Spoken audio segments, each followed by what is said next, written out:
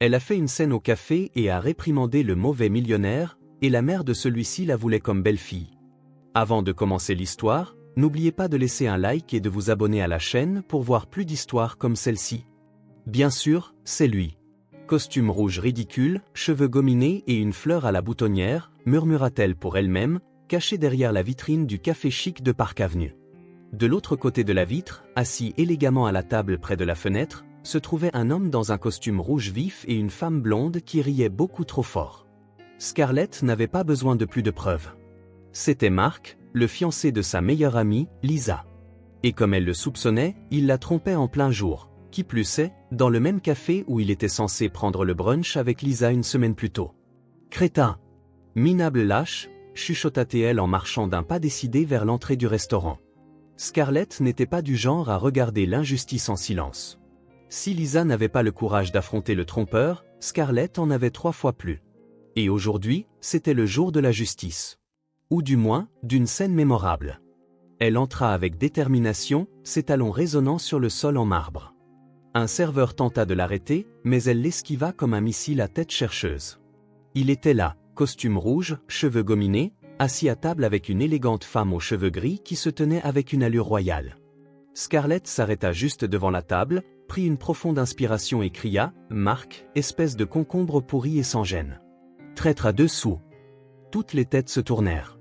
Le serveur se figea. Quelque part au fond, une fourchette tomba par terre. Comme si tromper Lisa ne suffisait pas, maintenant tu t'habilles comme ça, un costume rouge.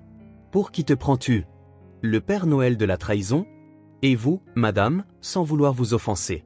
Vraiment. Mais avec tout le respect que je vous dois, vous êtes élégante, raffinée, vos cheveux brillent comme dans une publicité pour shampoing. Mais ne pensez-vous pas que vous êtes un peu trop âgé pour lui? Je veux dire, de beaucoup, parce que mon amie est jeune. Vraiment jeune. Sans botox. Et elle ne ressemble pas à une cadre de chez Chanel à la retraite. L'homme cligna des yeux, confus. La femme s'étouffa avec son thé. Excusez-moi, qui êtes-vous? Demanda l'homme, manifestement surpris. Scarlett ne broncha pas. Ne fais pas semblant de ne pas me connaître, Mark. Je suis Scarlett, l'amie de Lisa. Celle que tu as juré d'aimer, de respecter et d'emmener à Paris, mais que tu n'as jamais emmenée.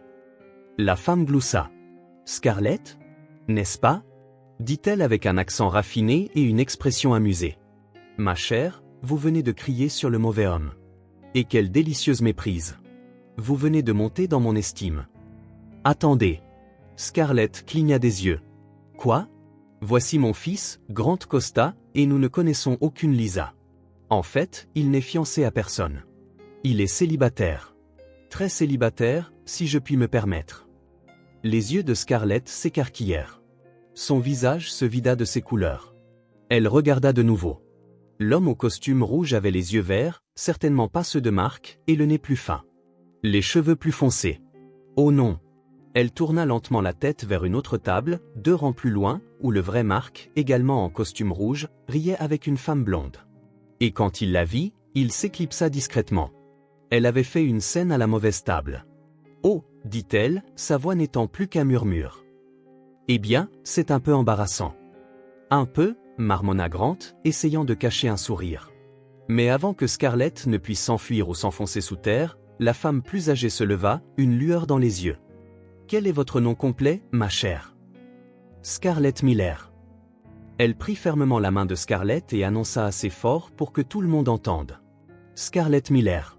Un nom de star. Une personnalité explosive. Vous êtes parfaite. Parfaite pourquoi? Demanda Scarlett, toujours en pleine panique. Pour remettre mon fils dans le droit chemin. Quoi? C'est exact.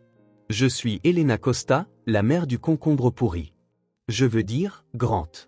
Et ma chère, si quelqu'un sur cette terre peut redresser ce garçon, c'est bien vous. Grant toussa. Maman, s'il te plaît. Non, Grant. Je suis sérieuse.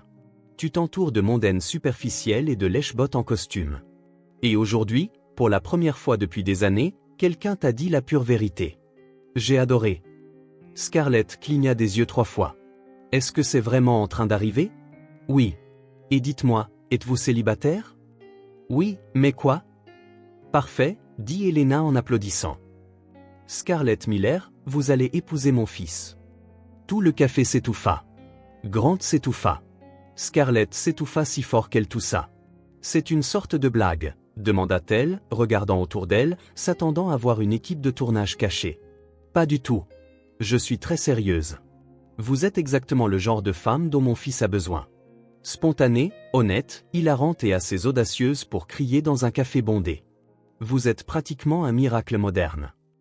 Grant, maintenant aussi rouge que son costume, essaya de protester. Maman, c'est de la folie. Tu ne la connais même pas. Nous en savons assez. Grant, si tu ne l'épouses pas, je te déshériterai. Et Scarlett, si vous n'acceptez pas, je vous poursuivrai pour diffamation et parjure pour avoir traité mon fils de concombre pourri devant 36 témoins. Quoi? C'est insensé. Peut-être. Mais c'est ma famille. Bien vu, ma chère. D'accord, j'accepte, dit Scarlett, résignée, n'arrivant toujours pas à croire ce qui se passait. Helena Costa applaudit avec enthousiasme tandis que Grant se frottait le visage, remettant clairement en question ses choix de vie. Le café était toujours complètement silencieux, chaque client observant la scène comme s'il s'agissait d'un épisode de feuilleton en direct. Excellent, s'exclama Helena. Demain à 14 h au bureau de l'état civil de Madison Avenue. Rien de sophistiqué, juste la paperasse nécessaire. Grant, tu amènes les témoins. Maman, c'est de la folie, marmonna Grant. Ce qui est fou, c'est que tu as 32 ans et pas une seule petite amie décente. Scarlett sera la meilleure chose qui te soit jamais arrivée. Tu verras. Scarlett quitta le café en état de choc, marchant dans les rues de Manhattan comme dans un rêve étrange ou un cauchemar. Elle n'était toujours pas sûre. Le vent froid lui frappa le visage, la ramenant à la réalité. Elle venait d'accepter d'épouser un parfait inconnu. 20 minutes plus tard, elle était à la porte de l'appartement qu'elle partageait avec Lisa. Son amie était sur le canapé, regardant Netflix et mangeant du popcorn. « Lisa, tu ne vas jamais croire ce qui s'est passé », dit Scarlett en jetant son sac à main par terre. « Laisse-moi deviner, tu t'es encore fourré dans le pétrin », dit Lisa en mettant la série en pause, se tournant vers elle avec intérêt. « Pire. Bien pire. J'ai fait une scène, mais au mauvais homme. » « Comment ça ?» Scarlett s'effondra sur le canapé à côté de son amie et raconta toute l'histoire, depuis le moment où elle avait vu Mark avec une autre femme jusqu'à l'incident du café et enfin la proposition folle d'Helena Costa. À chaque détail, les yeux de Lisa s'agrandissaient. « Attends, attends. » Lisa attrapa la main de son amie. « Tu es en train de me dire que Mark, ce type sans gêne, me trompait et qu'une vieille dame riche a décidé que tu étais parfaite pour son fils juste parce que tu lui as crié dessus en public. » En gros, oui. Et tu as accepté de l'épouser? Elle a menacé de me poursuivre en justice et il allait perdre son emploi. Qu'est-ce que j'étais censé faire? Lisa resta silencieuse quelques secondes, digérant le tout. Puis elle se mit à rire. D'abord doucement, puis de plus en plus fort jusqu'à ce qu'elle rit de manière incontrôlable. Lisa, ce n'est pas drôle. Non, non, désolé, dit-elle en essuyant les larmes de ses yeux. C'est juste et il n'y a que toi, Scarlett. Il n'y a que toi pour transformer une vengeance contre un infidèle en un mariage arrangé. Merci pour le soutien moral, marmonna Scarlett. Mais regarde le bon côté des choses. Au moins, tu n'auras plus à partager un appartement avec moi. Et d'après ce que tu as dit, il est beau, non? Lisa, calme-toi. Je plaisante. Mais sérieusement, tu as dit que c'était temporaire, alors ne stresse pas. Signez les papiers, vivez ensemble un moment, puis vous divorcez. Simple. Lisa attrapa son téléphone et composa un numéro. Qu'est-ce que tu fais? J'appelle ce crétin de Mark. Si je dois être la demoiselle d'honneur d'un mariage éclair, autant me débarrasser de mon propre problème d'abord. L'appel fut connecté et Lisa le mit sur haut-parleur. Salut chérie, la voix de Mark résonna. Mark, il faut qu'on parle, dit Lisa fermement. Qu'est-ce qui se passe? Je romps avec toi. Quoi? Tu m'as bien entendu. Je mets fin à notre relation, maintenant, par téléphone. Lisa, tu es folle. Tout allait bien entre nous. Vraiment? Parce que tu étais au café de Park Avenue avec une blonde. Tu veux bien m'expliquer? Comment tu as su? Est-ce que ça a de l'importance? Ce qui compte, c'est que tu es un trompeur. Au revoir, Mark. Lisa raccrocha et se tourna vers Scarlett avec un sourire satisfait. Voilà. Maintenant, je peux me concentrer pleinement sur ton drame conjugal. Le lendemain, Scarlett se tenait devant le bureau de l'état civil de Madison Avenue, vêtue de la seule robe décente qu'elle possédait, une simple robe bleu marine qu'elle utilisait pour les entretiens d'embauche. Lisa se tenait à ses côtés, servant de témoin et de soutien moral. « Je n'arrive toujours pas à croire que tu fais vraiment ça », murmura Lisa. « Moi non plus », répondit Scarlett en ajustant nerveusement ses cheveux. Grant arriva à 14h pile, accompagné d'un homme d'âge mûr qui se présenta comme James, son avocat personnel. Il portait un costume gris impeccable et avait une expression entre la résignation et l'incrédulité. « Bon, finissons-en », dit-il en serrant formellement la main de Scarlett. « Où est le romantisme ?» marmonna Lisa, ce qui lui valut un regard noir de Scarlett. La cérémonie dura exactement 15 minutes. Ils signèrent des papiers, échangèrent quelques mots requis avec l'officier, et c'était tout. Ils étaient officiellement mariés. Ils n'échangèrent même pas d'alliance. « Félicitations », dit James en rangeant les papiers. « Vous êtes maintenant légalement mari et femme. »« Comme c'est excitant », dit Grant sarcastiquement. 2 heures plus tard, Scarlett se tenait à la porte d'un appartement de Carnegie Hill, tenant ses 2 valises et remettant en question chaque décision qui l'avait amenée là. « Bienvenue dans ta nouvelle maison temporaire », dit Grant en ouvrant la porte. L'appartement était magnifique. Au plafond, immense fenêtre avec vue sur Central Park, décoration moderne et coûteuse. C'était 3 fois la taille de l'endroit qu'elle partageait avec Lisa. « Waouh » murmura-t-elle en entrant lentement. La chambre d'amis est au bout du couloir à droite. Elle a sa propre salle de bain. N'hésite pas à la décorer comme tu veux. Chambre d'amis ? Tu ne pensais pas qu'on allait partager une chambre, n'est-ce pas ? C'est un mariage de convenance, pas une lune de miel, non ? Bien sûr. Les jours suivants, une routine étrange s'installa entre eux. Grant partait tôt pour le travail, rentrait tard, et ils se voyaient à peine. Mais quand ils se croisaient, c'était toujours une comédie de petits malentendus. Le premier matin, Scarlett se réveilla tôt et décida de préparer le petit déjeuner. Elle découvrit la cuisine la plus high-tech qu'elle ait jamais vue, avec des appareils qui semblaient sortis d'un vaisseau spatial. Elle essaya de faire des pancakes et faillit mettre le feu à l'appartement lorsqu'elle ne comprit pas comment éteindre la cuisinière sophistiquée. Grant arriva en courant en pyjama, pensant qu'il s'agissait d'un vrai incendie. « Qu'est-ce que tu fais » cria-t-il. « J'éteins l'alarme incendie. J'essaie de faire le petit déjeuner. Comment étais-je censé savoir que cette cuisinière a plus de boutons qu'un avion ? C'est une cuisinière professionnelle à 15 000 $. 15 000 $ pour une cuisinière ? Tu aurais pu acheter une voiture. J'ai 3 voitures. Bien sûr que tu en as. Le deuxième jour, Scarlett décida de réorganiser le salon car, selon elle, il manquait de vie. Grant rentra du travail et trouva tous les meubles à des endroits différents. Tu as tout déplacé, dit-il, debout à la porte. J'ai amélioré les choses. Maintenant, il y a plus d'énergie, plus de mouvement. Avant, ça ressemblait à un magazine de décoration, sans âme. J'aimais ça comme c'était. Grant, tu avais les livres classés par couleur. Par couleur ? Qui fait ça ? Les gens organisés. Les gens sans imagination. Regarde, maintenant ils sont triés par sujet. Bien plus utile. Grant regarda les étagères en désordre. Tu vas me rendre fou. Probablement, dit-elle en souriant. Mais au moins, tu ne mourras pas d'ennui. Le troisième jour, Grant essaya de lui rendre l'appareil en s'attaquant à son placard. Scarlett trouva tous ses vêtements réarrangés par type et par couleur. Sérieusement, cria-t-elle depuis la chambre. Tu as organisé mes vêtements. Je pensais que tu aimerais, répondit-il depuis le salon, essayant de ne pas rire. Grant, j'avais un système. Les vêtements de travail étaient séparés des vêtements de week-end, qui étaient séparés des vêtements de sport. Maintenant, ils sont organisés logiquement. Logiquement pour qui ? Un robot. Mais chaque fois que Grant essayait de la déstabiliser, Scarlett répondait avec bonne humeur et créativité.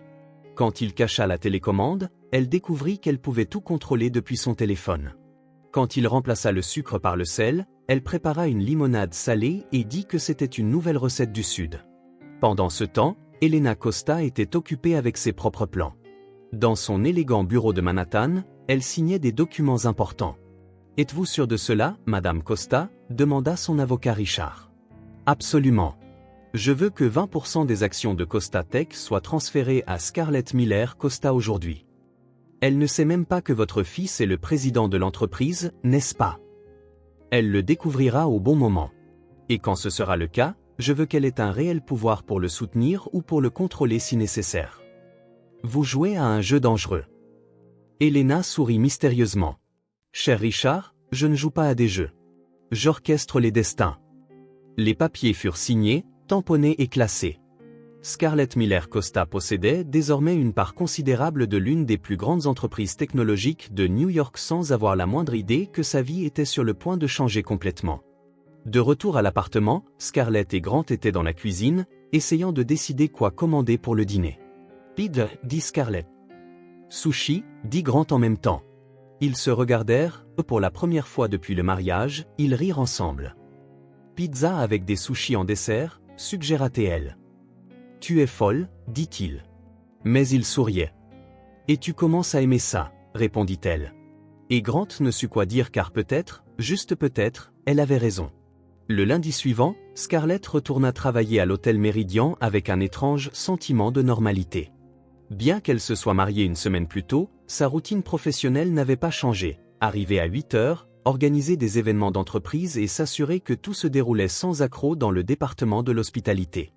Ce à quoi elle ne s'attendait pas, c'était de trouver une silhouette familière debout à la réception principale, portant un costume noir impeccable et un sourire qui n'atteignait pas ses yeux. Malfada Winters, murmura Scarlett, s'arrêtant brusquement dans le couloir. Malfada Winters, sa camarade de classe à l'université, une rivale déclarée depuis le premier jour, et maintenant apparemment sa nouvelle patronne, la femme qui avait toujours rivalisé avec elle pour tout. Les notes, les stages, les petits amis, même la couleur du rouge à lèvres. Scarlett Miller, s'exclama Malfada en s'approchant d'elle d'un pas mesuré. Quelle merveilleuse surprise de te trouver ici. Toujours coordinatrice d'événements, je suppose. Bonjour, Malfada, répondit Scarlett en gardant un ton neutre. Je ne savais pas que tu étais à New York. Oh, ma chère. Beaucoup de choses ont changé depuis l'université. J'ai été promue directrice générale de cet hôtel il y a 2 semaines, ce qui signifie, elle fit une pause dramatique, que je suis maintenant ta patronne. Le sourire de Malfada était plein de satisfaction. Scarlett sentit un nœud dans son estomac, mais ne le montra pas. Félicitations pour la promotion, dit-elle poliment. Merci. Et en parlant de changement, j'ai entendu des rumeurs intéressantes à ton sujet. Il paraît que tu t'es marié récemment. Comment s'appelle-t-il déjà? Grant quelque chose. Scarlett fronça les sourcils. Comment Malfada était-elle au courant de son mariage? Grant Costa, répondit-elle prudemment. Oh, c'est vrai. Costa. Nom intéressant. Et que fait-il? Il travaille dans la technologie. Comme c'est vague. Eh bien, quoi qu'il en soit, j'espère que ta vie personnelle n'interférera pas avec tes performances professionnelles. Nous avons des normes très élevées ici. Avant que Scarlett ne puisse répondre, une voix masculine familière s'éleva derrière elle. Malfada, je n'en reviens pas. Scarlett se retourna et vit Mark, l'ex-petit ami de Lisa, s'approcher avec un large sourire. Il portait un costume bleu marine et tenait une mallette en cuir. Mark? Malfada ouvrit les bras de manière théâtrale. Quelle merveilleuse coïncidence. Qu'est-ce que tu fais ici? Demanda-t-il en la serrant dans ses bras. Je suis la nouvelle directrice générale. Et toi? Je viens d'être embauché comme consultant financier de l'hôtel. Je m'occuperai de tous les audits et des analyses coûts-bénéfices. Scarlett observa l'échange et sentit que quelque chose clochait. La coïncidence était tout simplement trop grande. Scarlett, dit Mark, la remarquant enfin. Quelle surprise de te voir travailler ici. Mark, répondit-elle froidement. Oh, vous vous connaissez? Demanda Malfada avec une fausse innocence. Mark sortait avec ma meilleure amie jusqu'à la semaine dernière, expliqua Scarlett. Oh, feignit la surprise Malfada. Comme c'est délicat. Eh bien, j'espère que cela ne rendra pas l'environnement de travail inconfortable. Au cours des semaines suivantes, il devint clair que Malfada et Mark s'étaient alliés avec un seul objectif, rendre la vie de Scarlett impossible à l'hôtel. Cela commença par de petites choses. Malfada changeait les horaires de Scarlett à la dernière minute, lui assignait des événements impossibles à organiser seul et remettait constamment en question ses décisions devant les autres employés. Scarlett, à propos de l'événement de jeudi, dit Malfada lors de la réunion du matin. Pourquoi as-tu choisi des roses rouges pour la décoration? ne penses-tu pas que c'est un peu banal? Les roses rouges étaient une demande spécifique du client, répondit calmement Scarlett. HM. Et tu n'as pas essayé de suggérer quelque chose de plus raffiné, de plus élégant? C'est ce que nous attendons de nos coordinateurs. De la créativité, pas seulement de suivre les instructions. Marc, présent à la réunion en tant que consultant, ajouta, en parlant de coûts, Scarlett, le budget de l'événement de vendredi a dépassé de 12%. Comment expliques-tu cela? Le client a demandé des changements de dernière minute au menu. Tout a été documenté et approuvé par l'ancienne direction. L'ancienne direction, répéta Malfada. Eh bien, maintenant nous avons de nouvelles normes. Faisons en sorte que cela ne se reproduise plus. La campagne de sabotage s'intensifia. Malfada commença à donner à Scarlett des informations incorrectes sur les heures et les spécifications des événements. Marc découvrait des problèmes financiers dans les projets que Scarlett gérait, toujours devant les autres. Lors d'un grand événement d'entreprise, ils montèrent le coût le plus humiliant à ce jour. Malfada dit à Scarlett que l'événement commencerait à 19h, alors qu'en réalité il était prévu pour 18h. Quand Scarlett arriva avec une heure de retard, elle trouva des clients en colère et le chaos partout. « Scarlett » cria Malfada théâtralement devant tout le monde. « Où étais-tu? L'événement a commencé il y a une heure. »« Tu m'as dit que c'était à 19h, dit Scarlett, confuse.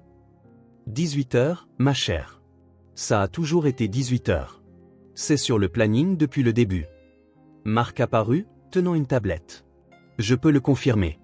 Voici le planning original. Il a toujours été 18h. » Scarlett regarda le document et vit qu'il indiquait en effet 18h. Elle était sûre que Malfada avait dit 19h, mais elle n'avait aucun moyen de le prouver. « C'est inacceptable, » continua Malfada en élevant la voix pour que tout le monde entende. « Nos clients ne peuvent pas être affectés par une négligence professionnelle. »« Je n'ai pas été négligente, » protesta Scarlett. « Il y a eu un malentendu. »« Un malentendu ?» Marc secoua la tête. Scarlett, c'est de l'irresponsabilité. Comment peux-tu coordonner des événements si tu ne peux même pas arriver à l'heure? Les clients chuchotaient entre eux, manifestement mécontents. Scarlett sentit son visage brûler d'humiliation et de colère. Elle savait que c'était un coup monté, mais elle ne pouvait pas le prouver. « Nous réglerons ça plus tard, » dit-elle en essayant de garder sa dignité. « Pour l'instant, je dois m'assurer que l'événement se déroule parfaitement. » Et ce fut le cas. Même en arrivant en retard, Scarlett réussit à tout organiser dans les moindres détails. L'événement fut un succès complet, mais le mal à sa réputation était déjà fait. Le lendemain, Malfada la convoqua dans son bureau.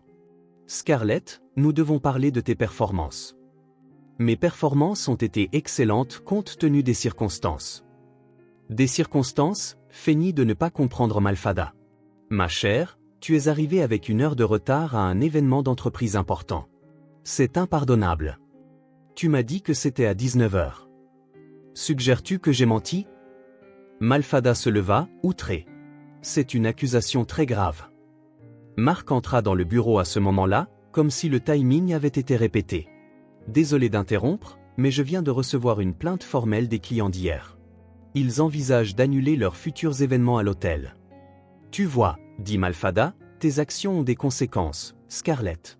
J'envisage de te licencier. » « Vous ne pouvez pas me licencier pour un malentendu. »« Nous le pouvons et nous le ferons, » répondit Marc. « À moins que tu n'aies une influence que nous ne connaissons pas. » À ce moment précis, la porte du bureau s'ouvrit et Elena Costa entra comme un ouragan d'élégance, vêtue d'un tailleur Chanel rose et portant un sac à main qui coûtait probablement plus que le salaire annuel de Scarlett. « Excusez-moi, » dit-elle avec cet accent raffiné que Scarlett connaissait si bien. « Je cherche ma belle-fille, Scarlett Costa. » Le bureau tomba dans un silence complet. Malfada et Marc se figèrent. « Madame Costa, » dit Scarlett, surprise. « Que faites-vous ici? » « Je suis venu voir comment tu t'adaptes au travail, ma chère. Et d'après ce que j'ai entendu dans le couloir, pas très bien. » Elena se tourna vers Malfada avec un sourire qui n'atteignait pas ses yeux. « Vous devez être la directrice. Je suis Elena Costa, présidente du groupe Costa, propriétaire de cet hôtel. » Malfada devint pâle. « Madame Costa, c'est un honneur. »« Vraiment?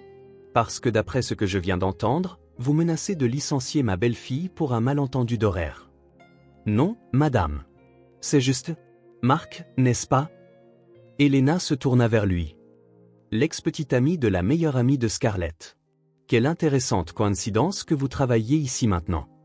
Marc déglutit difficilement. Madame, je... Silence, Elena leva la main. Scarlett, ma chère, aimes-tu travailler ici? Oui, Madame Costa, mais cela a été difficile. Je peux imaginer. Eh bien, j'ai une solution. Elena sortit un dossier de son sac à main. Je viens de signer ta promotion au poste de vice-présidente des opérations hôtelières, avec effet immédiat. Quoi? S'exclamèrent Malfada et Marc ensemble. Vice-présidente, répéta calmement Elena. Cela signifie que Scarlett est maintenant ta supérieure, Malfada. Et Marc, vos services en tant que consultant ne sont plus nécessaires. Vous êtes renvoyé. C'est impossible, protesta Malfada. Elle n'a pas les qualifications pour être vice-présidente. Elle les a maintenant, sourit Elena. Et si vous avez un problème avec ça, vous pouvez également remettre votre lettre de démission. Marc fit une dernière tentative. Madame, avec tout le respect que je vous dois, mais cela ressemble à du népotisme. Elena le fixa avec un calme glacial.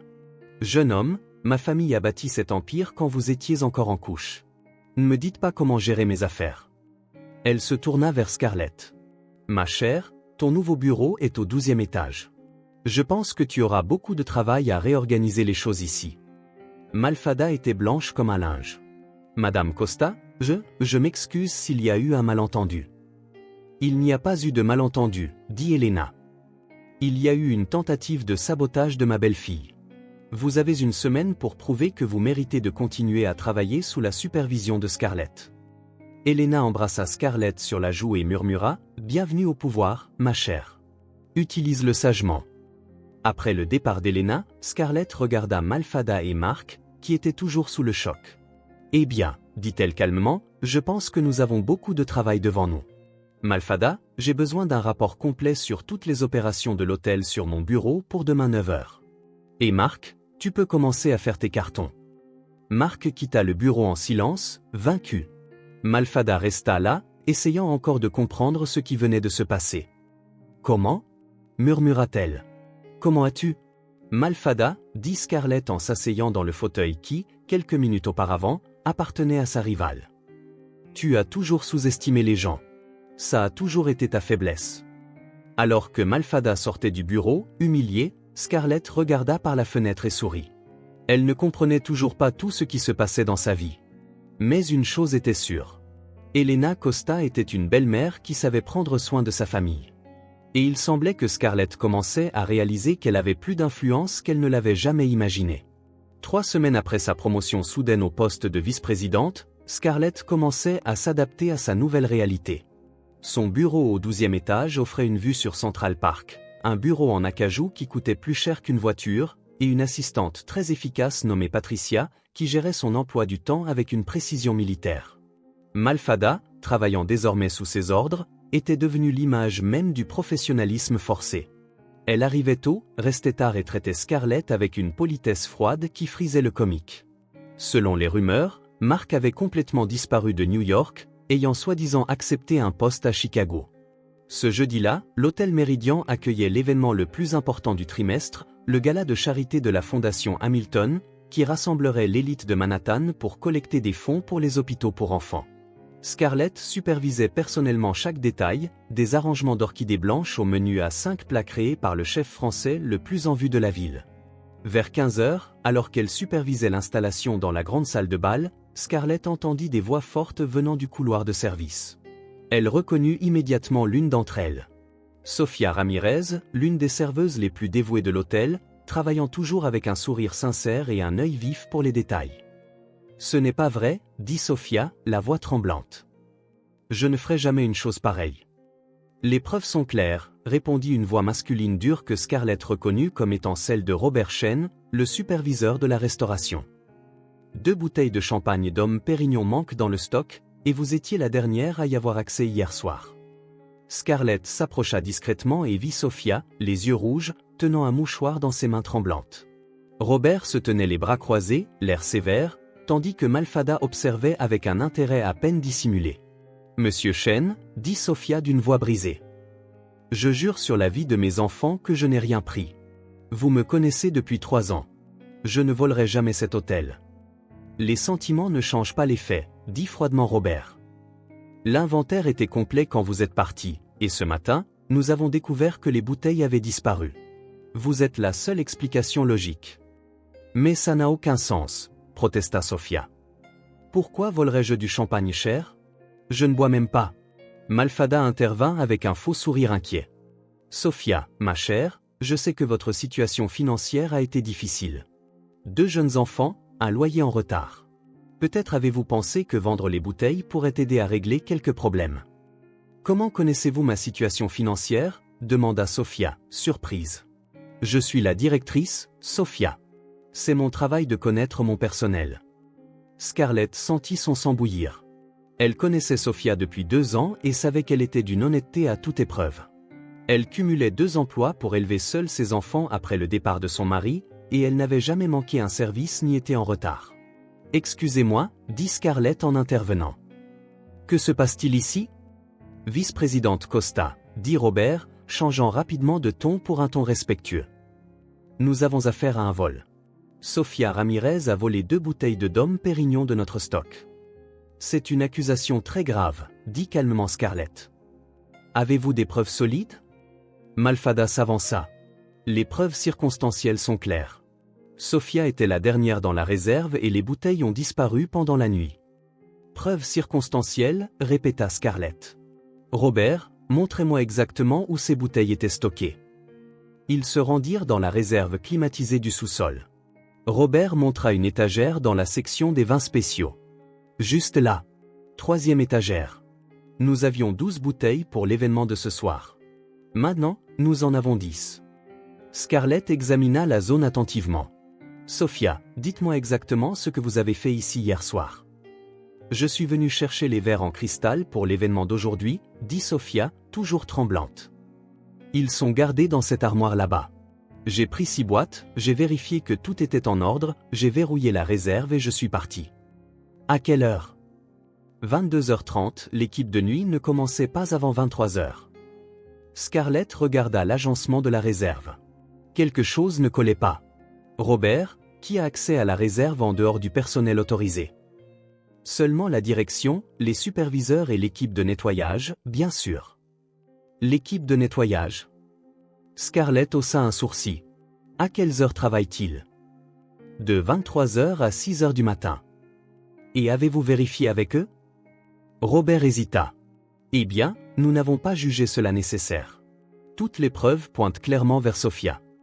Quelles preuves? Demanda Scarlett en croisant les bras. Jusqu'à présent, tout ce que j'ai entendu, ce sont des suppositions. Malfada intervint. Scarlett, je sais que tu veux protéger le personnel, mais nous ne pouvons pas ignorer les faits. Quels faits, Malfada? Scarlett se tourna vers elle avec un regard froid. Donne-moi un seul fait solide qui prouve que Sofia a pris quelque chose. Elle était la dernière personne autorisée dans la réserve avant que le vol ne soit découvert. Et alors? Ça ne prouve rien. Robert, apportez-moi une liste complète de toutes les personnes qui sont entrées dans la réserve au cours des dernières 48 heures. Vice-présidente, je ne pense pas que... Je ne vous demande pas votre opinion. Je vous donne un ordre. 20 minutes plus tard, Robert revint avec un rapport imprimé. Scarlett l'examina attentivement tandis que Sofia attendait anxieusement et que Malfada tapotait des doigts avec impatience.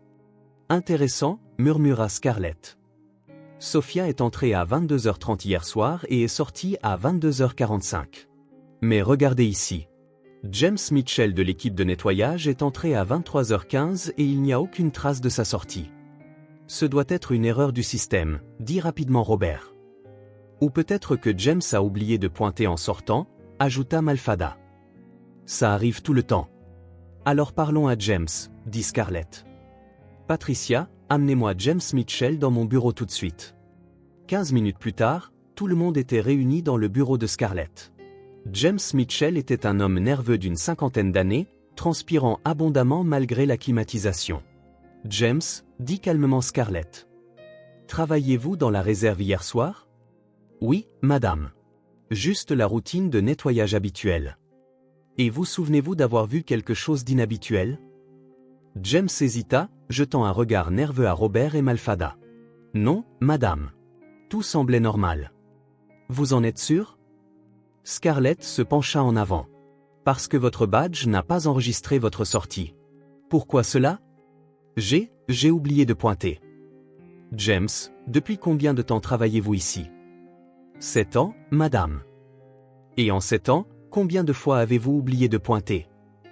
James déglutit difficilement. Rarement, madame. Scarlett se leva et se dirigea vers la fenêtre, réfléchissant. Puis elle se retourna avec une expression déterminée. James, laissez-moi vous poser une question. Où habitez-vous? Dans le Bronx, madame. Et comment rentrez-vous chez vous après votre service? En métro, madame. Le métro à 6 heures du matin doit être bondé. Difficile de transporter des objets supplémentaires, n'est-ce pas? James se mit à transpirer encore plus. Oui, madame. C'est pourquoi vous avez laissé les bouteilles de champagne dans votre casier ici à l'hôtel, n'est-ce pas?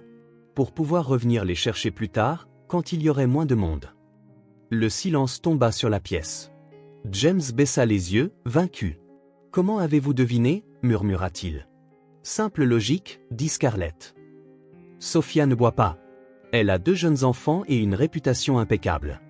Elle ne volerait jamais quelque chose qu'elle ne pourrait même pas vendre facilement.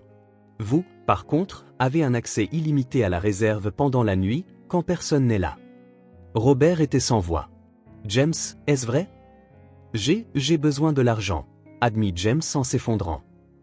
Ma femme est malade et les médicaments sont chers.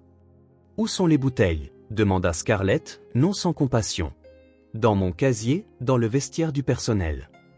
Scarlett se tourna vers Sophia, qui pleurait de soulagement. Sophia, vous êtes complètement innocentée de toute accusation, et je veux que vous sachiez que votre emploi est en sécurité. En fait, je vous promeus superviseur de l'équipe des événements spéciaux. Merci, madame. Sophia pouvait à peine parler à travers l'émotion. Merci de m'avoir cru. Robert, dit Scarlett en se tournant vers le superviseur. James sera transféré dans un autre département avec un salaire réduit, mais il ne sera pas licencié. Nous allons l'aider à trouver des ressources pour prendre soin de sa femme. Quant à vous, j'espère que cela vous apprendra à enquêter correctement avant de porter des accusations. Oui, madame. Je m'excuse pour l'erreur. Scarlett se tourna vers Malfada, qui était visiblement mal à l'aise. Malfada, j'ai besoin de vous parler seul. Une fois que tout le monde fut parti, Scarlett fit face à sa subordonnée. Vous saviez que ce n'était pas Sophia, n'est-ce pas? Qu'est-ce que vous voulez dire? Vous connaissez la situation financière de chaque employé, souvenez-vous? Y compris celle de James. Je parie que vous saviez qu'il était désespéré pour de l'argent. Malfada ne répondit pas, mais son expression confirma les soupçons de Scarlett. Vous avez laissé Sophia être accusée injustement, en espérant que je la licencierais. Pourquoi? Parce qu'elle est compétente et appréciée. Scarlett, vous êtes paranoïaque. Non, Malfada, je suis observatrice. C'est votre dernière chance de prouver que vous pouvez travailler en équipe. La prochaine fois que vous essayerez de saboter un collègue innocent, vous chercherez un emploi ailleurs. À ce moment, la porte du bureau s'ouvrit et Elena Acosta entra avec sa grandeur habituelle, vêtue d'une robe Valentino bleu roi et arborant un sourire fier. « Ma chère belle-fille, dit-elle en embrassant Scarlett sur la joue. Je viens de parler avec Sophia dans le couloir. Elle m'a tout raconté. Madame Costa, que faites-vous ici? Je suis venu pour le gala de ce soir, bien sûr. Et heureusement que je suis là. Je viens d'assister à un brillant exemple de leadership et d'équité. Elena se tourna vers Malfada avec un sourire glacial.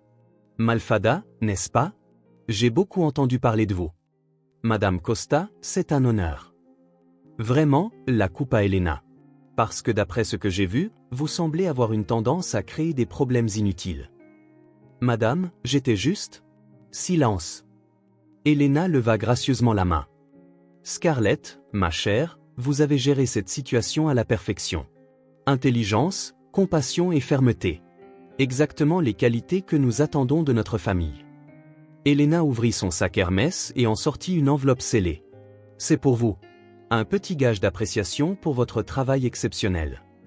Scarlett ouvrit l'enveloppe et trouva un document légal. Ses yeux s'écarquillèrent en le lisant. Madame Cossé. Une prime de performance équivalente à 20% des actions que vous possédez déjà dans l'entreprise, dit nonchalamment Elena. Maintenant, vous avez encore plus de participation dans l'entreprise familiale. Malfada devint pâle. Des actions? Quelles actions? Elena sourit mystérieusement. Ah, chère Malfada, il y a tant de choses que vous ne savez pas sur notre Scarlett. Elle n'est pas seulement la vice-présidente de cet hôtel. Elle est copropriétaire de tout le groupe Costa. Comment est-ce possible? Balbutia Malfada. C'est possible quand on épouse mon fils et qu'on prouve jour après jour qu'on mérite de faire partie de cette famille, répondit Elena. Une chose que certaines personnes ne comprendront jamais. Elena embrassa de nouveau Scarlett. Ma chère, je dois me préparer pour le gala. J'attends de vous voir briller ce soir, comme toujours. Après le départ d'Elena, Malfada regarda Scarlett avec un mélange de choc et d'envie. Vous possédez vraiment une partie de l'entreprise. Apparemment, oui, dit Scarlett, encore en train de digérer l'information. Et Malfada, je veux que vous compreniez quelque chose. Je n'utilise pas ce pouvoir pour blesser qui que ce soit. Je l'utilise pour protéger ceux qui méritent d'être protégés et pour faire ce qui est juste. Comme Sophia. Comme Sophia. Comme tout employé honnête qui est traité injustement. Malfada hocha lentement la tête. Scarlett, je suis désolé. J'accepte vos excuses, Malfada, mais maintenant nous devons travailler ensemble. Nous avons un gala à organiser, et il sera parfait. Ce soir-là, le gala de charité de la Fondation Hamilton fut un succès absolu. Scarlett se déplaçait dans la salle de bal, recevant les compliments des clients et des invités, tandis qu'Elena Costa la présentait fièrement comme ma brillante belle-fille. Sophia, dans son nouvel uniforme de superviseur, dirigeait le personnel de service avec efficacité et confiance. James travaillait discrètement en cuisine, reconnaissant de sa seconde chance. Le lendemain matin du gala, Scarlett était dans son bureau en train d'examiner les rapports de satisfaction des clients lorsque Grant apparut à la porte. Elle trouvait toujours étrange de le voir à l'hôtel. Après tout, il n'avait jamais mentionné avoir de lien avec l'endroit où elle travaillait. « Bonjour, ma femme », dit-il avec un sourire ironique, appuyé contre le cadre de la porte. « Grant, que fais-tu ici ?»« Des affaires », répondit-il vaguement. « En fait, je suis venu t'inviter à quelque chose. Ma société organise une réunion de présentation des résultats cet après-midi, et j'aimerais que tu y assistes. » Scarlett fronça les sourcils. « Pourquoi irais-je à l'une des réunions de ta société ? » « Parce que tu as de l'expérience en gestion hôtelière et nous analysons des investissements dans le secteur. Ta perspective serait précieuse. »« Grant, tu travailles dans la technologie, pas dans les hôtels. »« La technologie s'applique à de nombreux secteurs, y compris l'hôtellerie, » dit-il en gardant un ton désinvolte. « Tu me fais confiance ?» Scarlett l'étudia un instant. Il y avait quelque chose qu'il ne lui disait pas, mais la curiosité l'emporta sur ses doutes. « D'accord, à quelle heure ? » 15 heures. Je viendrai te chercher ici. Après le départ de Grant, Scarlett ne parvint pas à se concentrer pleinement sur son travail. Il y avait quelque chose d'étrange dans la façon dont il parlait de l'entreprise, comme s'il cachait quelque chose d'important. Vers midi, Patricia entra dans son bureau, l'air inquiet. « Vice-présidente Costa, il y a quelque chose que je dois vous dire. Malfada a consulté les fichiers informatiques ce matin. » Quel genre de fichiers ? Rapport financier, données de performance de l'hôtel, projection de revenus. Elle a imprimé plusieurs documents et est partie avec. Scarlett sentit un frisson la parcourir. « Merci de me l'avoir dit, Patricia. Gardons ça entre nous pour l'instant. » À 15 heures précises, Grant apparut dans le hall de l'hôtel, vêtu d'un costume gris foncé qui le rendait encore plus sérieux et professionnel que d'habitude. « Prête ?» demanda-t-il. « Prête. Où allons-nous ? » Tour Costa, quartier financier. Le nom lui semblait familier, mais Scarlett ne parvenait pas à le situer. Pendant le trajet en taxi, Grant resta silencieux, consultant des messages sur son téléphone avec une expression concentrée. La tour Costa était un impressionnant gratte-ciel de verre et d'acier au cœur de Manhattan. Lorsqu'ils entrèrent dans l'ascenseur, Grant appuya sur le bouton du 40e étage. « Grande entreprise », commenta Scarlett. « Assez grande », répondit-il, mais il y avait quelque chose dans son ton qu'elle ne parvenait pas à déchiffrer.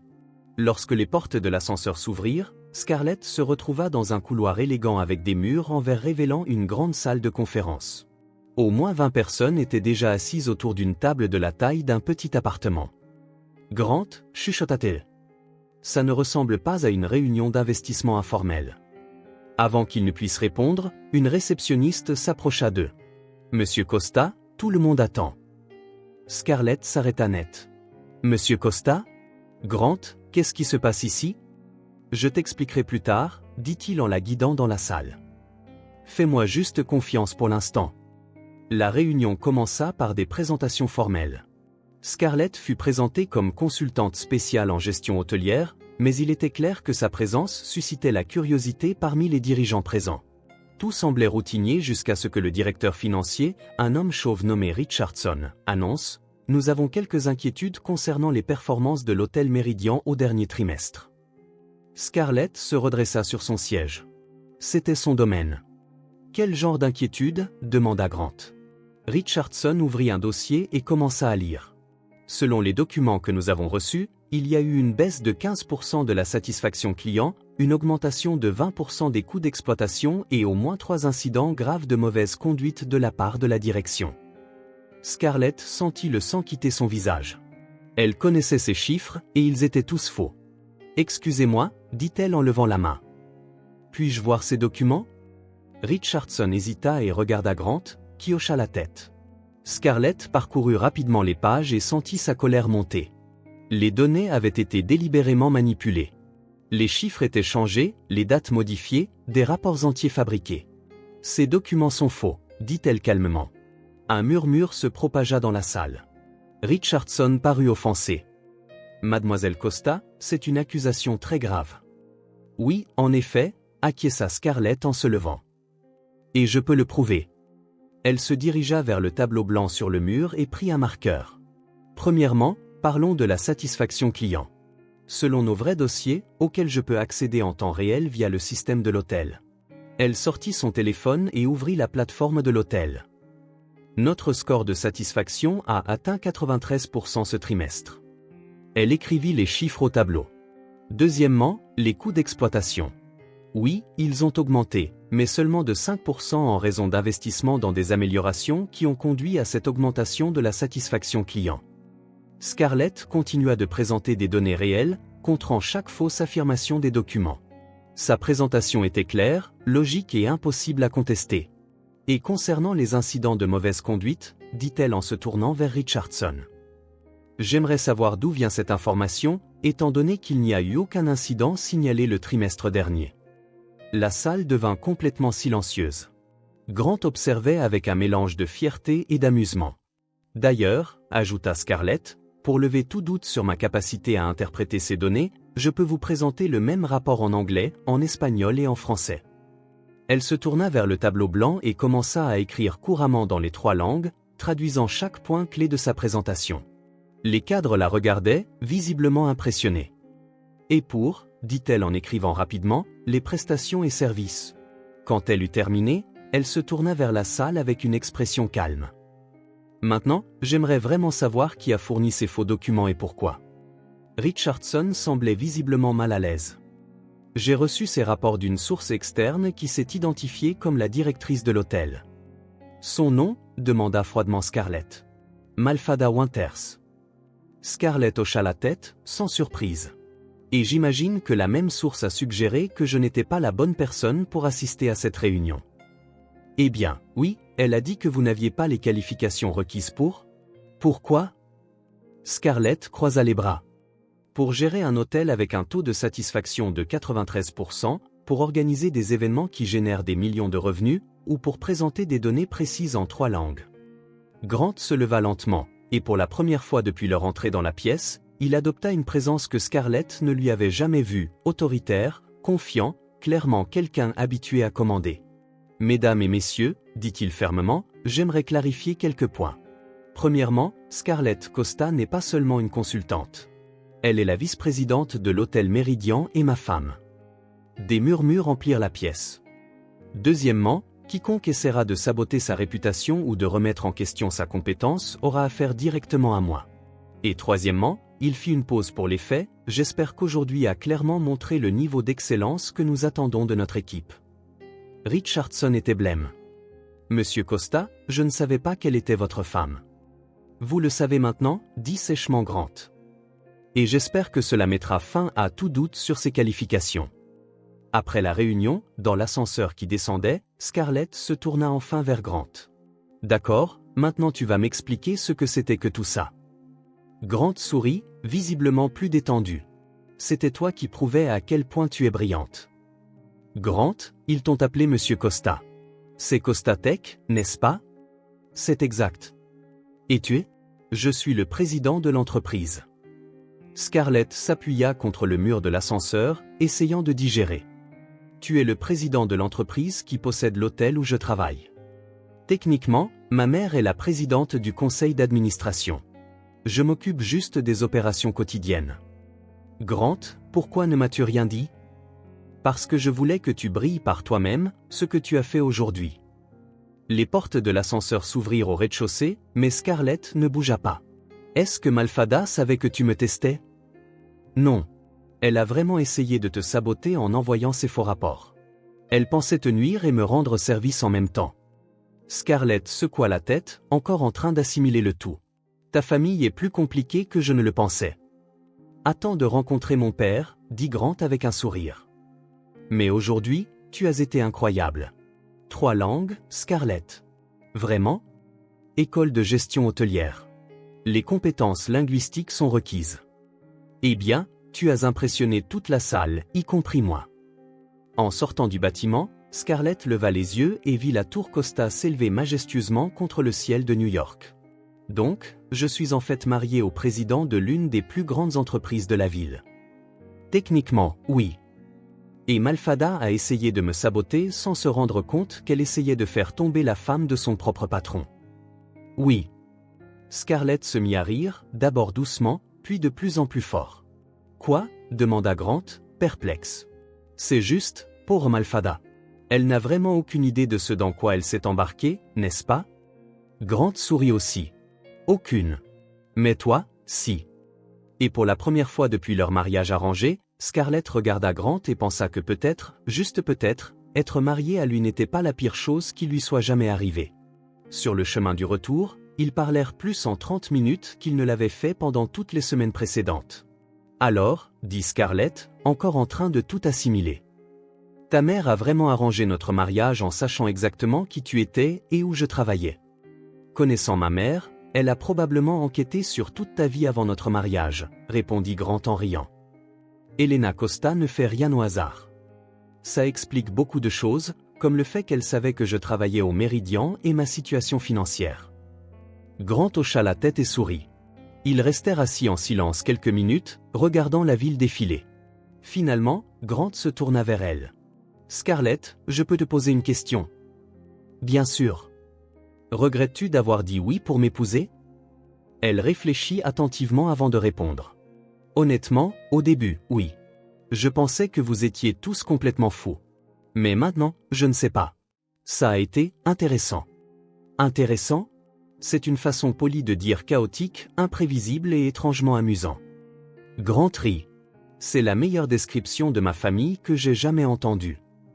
Et toi? Demanda Scarlett. Regrettes-tu? Étonnamment, non, dit-il en la regardant droit dans les yeux. En fait, je voulais t'inviter à autre chose. Quel genre d'invitation? Parce que si c'est pour une autre réunion d'affaires, je préférerais ne pas. Non. Grant rit. Un dîner, ce soir. Un vrai dîner, pas ces repas bizarres que nous avons à la maison où nous prétendons être de simples colocataires. Scarlett sentit quelque chose d'étrange dans son estomac. Comme un rendez-vous? Exactement comme un rendez-vous. Elle l'étudia un instant. Il y avait quelque chose de différent chez Grant depuis la réunion. Moins formel, plus authentique. D'accord, dit-elle finalement. Mais c'est moi qui choisis le restaurant. Marché conclu. 3 heures plus tard, Grant se tenait à la porte d'un petit restaurant italien du village, clairement hors de sa zone de confort. L'endroit était chaleureux, avec des tables bien trop proches les unes des autres et un menu écrit à la main sur un tableau noir. Scarlett, dit-il quand elle arriva. Es-tu sûr que c'est le bon endroit? Grant, tu as mangé dans des restaurants étoilés au Michelin toute ta vie. Ce soir, tu vas goûter de la vraie nourriture. Le serveur, un authentique Italien nommé Giuseppe, les conduisit à une minuscule table près de la fenêtre. Première fois ici, demanda Giuseppe à Grant, son accent prononcé. Oui, répondit Grant en regardant nerveusement le menu manuscrit. Ah, laissez-moi faire alors, dit Giuseppe avec enthousiasme. Je vais vous préparer quelque chose de spécial. Grant chuchota à Scarlett, il ne nous a même pas demandé ce que nous voulions manger. C'est comme ça que ça marche ici. Giuseppe décide de ce que vous devez manger en fonction de votre visage. Et quel visage ai-je? Celui de quelqu'un qui n'a jamais mangé de pâtes faites maison de sa vie. Giuseppe revint avec une bouteille de vin rouge et 2 assiettes fumantes de linguine al vongole. Ecco, s'exclama-t-il en servant généreusement. Linguine aux palourdes, comme ma nonna les faisait à Naples. Grant fixa l'assiette pleine de palourdes comme si elles étaient des extraterrestres. Giuseppe, dit Scarlett, mon mari ici est un peu inexpérimenté avec les fruits de mer. Mari? Les yeux de Giuseppe s'écarquillèrent. Madonna mia, des jeunes mariés. Quelque chose comme ça, marmonna Grant. Alors Giuseppe frappa dans ses mains. Ce soir, c'est spécial. Romance, amour, passion. Il disparut en cuisine et revint avec des bougies, qu'il alluma de manière théâtrale sur leur table, murmurant quelque chose en italien qui était clairement des bénédictions pour le mariage. Scarlett, chuchota Grant. Il fait une scène. Détends-toi. C'est mignon. Grant essaya de manger les linguines avec un couteau et une fourchette, comme s'il était à un dîner formel. Scarlett rit. Grant, tu manges des pâtes, tu ne pratiques pas une chirurgie à cœur ouvert. A-t-il une bonne façon de manger ça? Comme ça. Elle lui montra, enroulant les pâtes sur sa fourchette avec l'aide d'une cuillère. Tu vois? Simple. Grant essaya de l'imiter, mais finit avec la moitié de l'assiette sur le menton. Scarlett rit si fort qu'elle faillit renverser son vin. Ne te moque pas de moi, dit-il, mais il souriait aussi. Désolé, mais tu devrais te voir. Le grand président de Costa vaincu par une assiette de pâtes. Giuseppe réapparut, cette fois avec un petit accordéon. Père Glisse Posini, annonça-t-il en commençant à jouer une chanson italienne romantique. Oh non, murmura Grant. Aussi, dit Scarlett, s'amusant pleinement. Giuseppe se mit à chanter en italien, gesticulant de manière théâtrale tandis que les autres clients s'arrêtaient pour regarder. Grant était aussi rouge que la sauce marinara, mais Scarlett applaudit avec enthousiasme. Bravissimo, Giuseppe! Cria-t-elle. Quand la chanson se termina, tout le restaurant applaudit. Giuseppe s'inclina théâtralement et retourna en cuisine. Je ne te laisserai plus jamais choisir où nous mangeons, dit Grant, essayant de se cacher derrière le menu. Avoue, c'était amusant. C'était différent.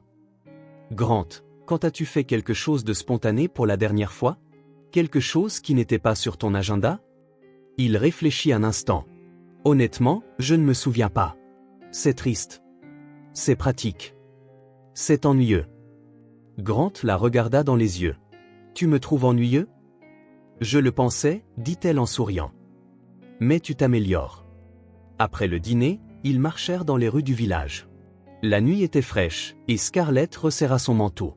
Tu as froid? Demanda Grant. Un peu. Sans réfléchir, il enleva son propre manteau et le posa sur ses épaules. Le geste était si naturel qu'ils furent tous les deux surpris. Merci, dit-elle doucement. Ils s'arrêtèrent devant une petite place avec une fontaine éclairée. Quelques personnes passaient, mais l'endroit était assez calme. Scarlett, dit Grant en se tournant vers elle. Je dois te dire quelque chose. Qu'est-ce que c'est? Il hésita, comme s'il rassemblait son courage. Quand ma mère a suggéré que nous nous marions, j'ai cru qu'elle avait complètement perdu la tête. Je pensais que ce serait la pire décision de ma vie. Merci pour le vote de confiance, dit Scarlett, mais elle souriait. Laisse-moi finir, dit-il en riant nerveusement. J'avais tort. Complètement tort. Il fit un pas vers elle. Ces dernières semaines, en te regardant travailler, en voyant comment tu traites les gens, comment tu défends ceux qui en ont besoin. Scarlett, tu m'as fait réaliser que je ne vivais qu'une demi-vie. Non, laisse-moi finir, dit-il, sa voix devenant plus intense. Je suis tombé amoureux de toi. Vraiment. Pas à cause du mariage arrangé, pas par convenance, mais pour qui tu es vraiment. Le cœur de Scarlett s'emballa. Tu es sûr? Absolument, dit-il en se rapprochant encore. La question, ressens-tu quelque chose pour moi, autre que de la pitié pour le type qui ne sait pas manger des spaghettis correctement? Elle rit, bien que ses yeux se remplissent de larmes. Grant, tu es agaçant, obsessionnel, complètement non spontané, et tu organises les livres par couleur. Ça ne semble pas très prometteur. Mais, continua-t-elle en posant une main sur sa joue, tu es aussi gentil, intelligent, tu as un sourire que tu caches trop, et tu me donnes l'impression que je peux conquérir le monde. Et ça veut dire ? Ça veut dire qu'il se pourrait que je sois tombée amoureuse de mon mari fou, moi aussi. Grant sourit, ce sourire sincère qu'elle commençait à aimer, et se pencha pour l'embrasser. Mais à la dernière seconde, il trébucha sur le bord de la fontaine. Grant. Scarlett le rattrapa avant qu'il ne tombe dans l'eau.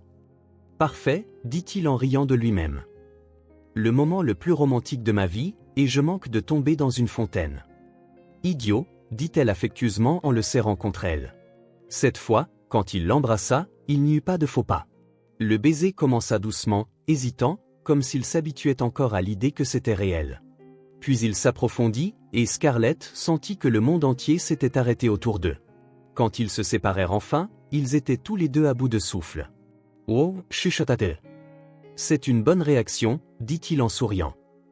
Grant, et si on rentrait à la maison ? Bien sûr, il se fait tard de toute façon. Non, dit-elle en le regardant dans les yeux. À la maison ensemble. Pour de vrai. La compréhension se répandit lentement sur le visage de Grant. Scarlett, tu es sûre ? Je suis sûr. Je veux découvrir ce que c'est que d'être vraiment marié avec toi. Ils marchèrent main dans la main jusqu'à l'appartement, l'énergie entre eux passant de nerveuse à électrique. Dans l'ascenseur, Grant la serra de nouveau contre lui, l'embrassant contre le mur. « Es-tu sûr de ça » murmura-t-il contre ses lèvres. « Grant, arrête de demander et embrasse-moi. » Et il le fit. Cette nuit-là, le mariage arrangé de Scarlett et Grant devint enfin quelque chose de réel. Et Helena Costa, qui à ce moment précis prenait le thé dans son appartement à 3 pâtés de maison de là, sourit mystérieusement pour elle-même, comme si elle savait exactement ce qui se passait. Mission accomplie, chuchota-t-elle en trinquant seule avec sa tasse en porcelaine. 2 semaines après la nuit qui a tout changé entre Scarlett et Grant, il profitait d'un petit déjeuner tranquille dans l'appartement lorsque l'interphone sonna avec insistance. « Tu attends quelqu'un » demanda Grant en regardant l'horloge. « Il est 8 heures du matin. » « Non » répondit Scarlett en fronçant les sourcils. « Patricia ne travaille pas le samedi. » Grant répondit à l'interphone, et une voix féminine familière résonna dans l'appartement. « Scarlett, c'est moi, ta sœur Rachel. On est en bas. » Scarlett faillit laisser tomber sa tasse de café. « Rachel ? Qu'est-ce que tu fais à New York ? » « Surprise. On peut monter ?» Grant regarda Scarlett, qui était visiblement nerveuse. « De la famille ? » « Ma petite sœur, et au son de sa voix, probablement mes parents aussi, dit-elle en passant une main dans ses cheveux. Grant, je ne leur ai pas parlé depuis presque 2 ans. Pourquoi ? C'est compliqué. Ils n'approuvaient pas mes choix de vie et je n'approuvais pas leurs attentes. Tu sais comment c'est. Tu veux que je parte ? Non, dit-elle rapidement. En fait, je pense qu'il est temps que tu rencontres d'où je viens. 5 minutes plus tard, la porte de l'appartement s'ouvrit et Scarlett se retrouva dans les bras d'une jeune femme de 25 ans aux cheveux bouclés et au sourire identique au sien. « Scarlett » s'exclama Rachel. « Tu as l'air incroyable. Et cet appartement, oh mon Dieu !» Derrière Rachel se trouvaient Robert et Margaret Miller, les parents de Scarlett. Robert était grand et mince, avec des cheveux gris et des mains calleuses qui témoignaient d'une vie de travail manuel. Margaret était délicate, avec les mêmes yeux verts que sa fille, mais une expression plus réservée. « Ma chérie » dit Margaret en serrant doucement Scarlett dans ses bras. « Tu vas bien ?»« Je vais très bien, maman » répondit Scarlett, essayant toujours de digérer la visite surprise. « Mais qu'est-ce que vous faites tous ici ?»« Oh, c'est vrai. » Rachel se tourna vers Grant, qui avait tout observé avec intérêt. « Tu dois être le fameux mari. » « Je suis Rachel, la sœur cadette et préférée de Scarlett. » Grant Costa, dit-il en lui tendant la main avec un sourire. « Ravi de vous rencontrer. » Robert s'avança et serra fermement la main de Grant, le jaugeant clairement du regard. « Robert Miller, le père de Scarlett. J'ai entendu dire que vous vous êtes marié assez rapidement. »« Papa » dit Scarlett d'un ton avertisseur. « Ce n'est rien » dit Grant diplomatiquement. « C'était un coup de foudre. » C'est vrai. Margaret regarda autour de l'appartement, visiblement impressionnée. Scarlett, ma chérie, cet endroit est très élégant. Grant a bon goût en matière de décoration, dit Scarlett, sentant la tension dans l'air. Et que faites-vous exactement? Demanda Robert, allant droit au but. De la technologie, répondit Grant. Je dirige une entreprise ici à Manhattan. Rachel rit. Papa, tu lui fais le discours du beau-père surprotecteur? Scarlett a 30 ans. Elle a raison, ajouta Scarlett. Allez, asseyez-vous. Je peux vous offrir un café? Un petit déjeuner? Pendant que Scarlett préparait le café et que Grant essayait de briser la glace en parlant des Knicks avec Robert, Rachel entraîna sa sœur dans la cuisine. Scar, il faut que je te parle, chuchota TL. Nous ne sommes pas seulement venus pour rencontrer ton mari. Je m'en doutais. Qu'est-ce qui se passe? Tu te souviens du magasin d'antiquités de maman et papa? Bien sûr. Est-il toujours ouvert? Pas seulement ouvert, il est florissant, dit Rachel avec enthousiasme. Papa a découvert qu'il avait un vrai talent pour restaurer de vieux meubles, et maman a commencé à vendre en ligne. Ils ont des commandes qui arrivent de tout le Nord-Est. Scarlett eut un sourire sincère pour la première fois depuis l'arrivée de sa famille. C'est merveilleux. J'ai toujours su que papa avait un don. Le problème, c'est qu'ils ont atteint la limite de ce qu'ils peuvent gérer seuls. Ils ont besoin de s'agrandir, d'embaucher, d'acheter de meilleurs équipements, mais ils n'ont pas le capital. Oh, dit Scarlett, comprenant enfin. Vous demandez un prêt. Pas un prêt, dit rapidement Rachel. Un investisseur. Quelqu'un qui croit en l'entreprise et qui veut en faire partie. Scarlett resta silencieuse un moment. Rachel, j'ai quelques économies, mais je ne suis pas sûr si... Nous ne demandons pas ton argent, interrompit Rachel. Nous demandons ton aide pour trouver quelqu'un qui pourrait être intéressé. Elles retournèrent dans le salon, où Robert montrait des photos à Grant sur son téléphone. Regarde cette armoire que j'ai restaurée le mois dernier, disait fièrement Robert. Elle était en très mauvais état quand je l'ai trouvée, mais regarde-la maintenant. Grant étudia les photos avec un intérêt sincère. Travail impressionnant, monsieur Miller. Combien de temps cela a-t-il pris? 3 semaines. Juste en travaillant pendant mon temps libre. Si je le faisais à plein temps, je pourrais en finir une en une semaine. Et à combien l'avez-vous vendu? 1200 $. Je l'ai acheté pour 50 $. Grant laissa échapper un léger sifflement. C'est une excellente marge bénéficiaire. Margaret se joignit à la conversation. Grant, la partie en ligne de l'entreprise a augmenté de 3 cents pour cent l'année dernière. Nous avons une liste d'attente de 2 mois pour les pièces restaurées. Maman, dit Scarlett, surprise. Tu diriges une entreprise maintenant. Ta mère a toujours eu une bonne tête pour les affaires, dit Robert. Il m'a juste fallu 30 ans pour commencer à écouter ses conseils. Rachel parla à Grant des plans d'expansion tandis que Scarlett observait sa famille avec un regard nouveau. Ce n'étaient pas les mêmes personnes qu'elle avait quittées il y a 2 ans. Il y avait une nouvelle énergie, un sens clair du but. Je vois, dit Grant après avoir tout entendu. Vous avez besoin de financement pour grandir, mais vous voulez que cela reste une entreprise familiale. Exactement, dit Robert.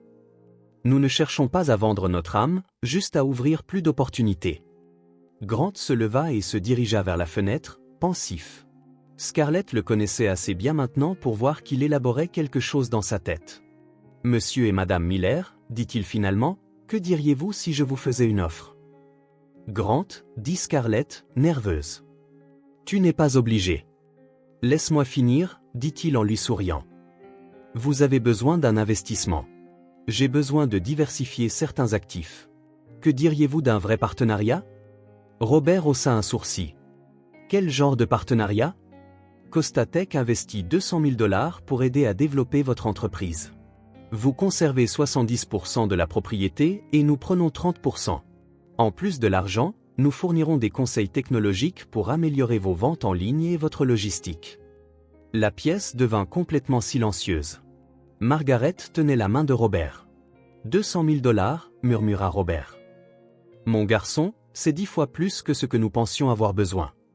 Avec cette somme, expliqua Grant, vous pourriez ouvrir un 2e magasin, embaucher une équipe complète, et avoir encore beaucoup pour le marketing numérique. Il se tourna vers Rachel. Tu as étudié le commerce, n'est-ce pas? Oui, j'ai eu mon diplôme il y a 2 ans. Parfait. Tu serais notre point de contact entre Costa et l'entreprise familiale. Salaire compétitif, avantages complets. Rachel regarda ses parents, puis Scarlett, ne sachant que dire. Grant, dit Scarlett en touchant son bras. Je peux te parler une minute? En privé? Ils se dirigèrent vers la chambre, laissant la famille Miller digérer tranquillement la proposition. Grant, c'est très généreux, mais tu ne connais pas mon père. Il est trop fier pour accepter la charité. Ce n'est pas de la charité, dit Grant. Sérieusement. Scarlett, j'ai rapidement examiné les chiffres qu'ils ont mentionnés. Cette entreprise a un réel potentiel de croissance. Marge bénéficiaire élevée, demande croissante, avantage concurrentiel. C'est un investissement intelligent. Tu es sûr? Absolument. De plus, il sourit chaleureusement, c'est ta famille, et maintenant, c'est aussi la mienne. Quand ils retournèrent dans le salon, Robert regardait des photos sur le téléphone de Margaret. Grant, dit-il, cette offre est très généreuse, mais je dois être honnête. Je n'ai jamais travaillé avec des investisseurs institutionnels. J'ai peur de perdre le contrôle de ce que j'ai construit. Je comprends parfaitement, dit Grant. Que diriez-vous de ceci? Nous faisons une période d'essai de 6 mois. Si vous n'êtes pas satisfait du partenariat, nous rachèterons notre part pour le montant investi plus 10%. Margaret regarda son mari. Robert, ce pourrait être la chance que nous attendions. Et comment Scarlett serait-elle impliquée? Demanda Robert. En tant que consultante familiale, répondit immédiatement Grant. Elle comprend à la fois le côté commercial et le côté personnel. Elle serait parfaite pour s'assurer que le partenariat fonctionne pour tout le monde. Rachel sauta pratiquement du canapé. Papa, maman, vous devez accepter. C'est l'opportunité de notre vie. Robert regarda Scarlett. Ma chérie, qu'en penses-tu? Scarlett sentit ses yeux se remplir de larmes. Il y a 2 ans, quand elle avait quitté la maison, les choses avaient été tendues et froides. Maintenant, son père lui demandait son avis sur une décision familiale importante. Je pense que vous avez construit quelque chose de magnifique, dit-elle. Et je pense que vous méritez la chance de voir jusqu'où cela peut aller. Robert tendit la main à Grant. Partenaire, marché conclu. Pendant que Grant et Robert discutaient des détails pratiques, Margaret s'approcha de Scarlett.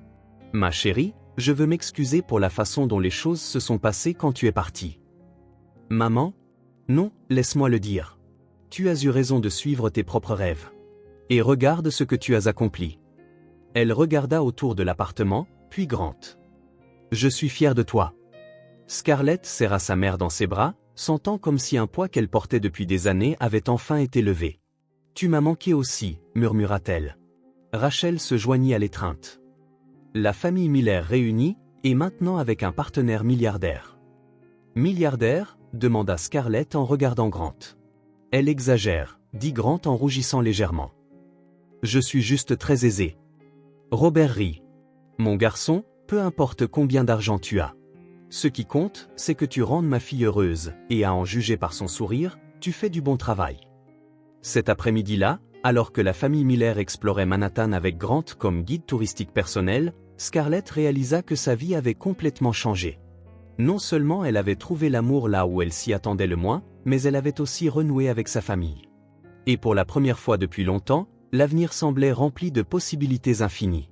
6 semaines après la visite de la famille Miller, Scarlett était dans son bureau à l'hôtel lorsqu'une soudaine vague de nausées la frappa.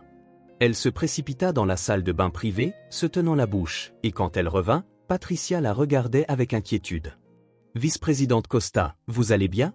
C'est la 3e fois cette semaine que… » Scarlett se figea au milieu de sa phrase alors qu'une prise de conscience soudaine la frappa comme un éclair. 3 semaines de nausées matinales, une fatigue inexpliquée, et ses règles étaient en retard. « Patricia, annulez mes rendez-vous de cet après-midi, dit-elle en attrapant rapidement son sac. Je dois m'occuper de quelque chose d'urgent. 1 heure plus tard, Scarlett était assise dans sa salle de bain à la maison, fixant 2 tests de grossesse affichant le même résultat. Positif. Oh mon Dieu, chuchota-t-elle, partagée entre la panique et l'excitation. Oh mon Dieu, oh mon Dieu.